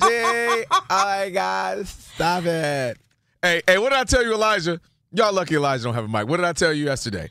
When Monty was here, I said, boy, man, that window ain't never been that clean. She got some Windex. They gonna see. What are you talking about? I've done none of that. And she said, did I go ask for a camera on my side of the screen? Maybe. That was when she came to clean the I appreciate her being honest. She said, No, all I asked for was a camera on my side of the screen. Right. I didn't Camera clean on it. you, No right? window. Camera on you. Because it's on the other side. Yeah, whatever. You love it. She at I home. didn't say I didn't She love at home like today. Like, Speaking of loving it, can you talk about the Speaking of loving it, can't get enough of it. That boy Sean Alexander, former running back with the Seattle Seahawks, kids. Welcoming their 14th kid. And by the way, this is not like the life didn't have a litter like with 8 at one time. This is like, you know what I mean? Yeah. Like She didn't have 7 kids. at one. Yeah, right. And mind you, this is the same person. So meaning it ain't like he got 3 with her, 2 with her, 1 with her, 5 with her. Like 14 with his wife. They got an NBA roster like mine said, but with two-way players at the end too. Right. Yeah. Man, they could deal with injuries and Rob still be G, able you to just fill had team. your second. Injuries. Can you imagine Rob G having Hell 14 no. kids? Are you kidding me? And Bless her heart. Forget the money. Like, put that to the side. I struggle saying my daughters, all 3 of their names together. Kit Kat, Kennedy, Kit. One of y'all, come here. Can you imagine 14? You just got to call them by. They No, you're just calling the oldest one every time. No, or you go, whatchamacallit, come over here. Whatchamado. You just got to go, you. Just snap you. Hey, that 14 times, she loves him. The good thing is Phillip him. Rivers is like, challenge accepted. Put me back in the game, coach. I'm ready. He looked at his wife. She was like, say less. They about to put in some work. In me. Boy, I think he might have 2 or 3 more. I think he only had like 11 or 12. Oh, no. My goodness. The Jason Smith Show with Mike Harmon is coming up next. I never miss your radio show. I never hear it, so I never miss it. Did you hear that?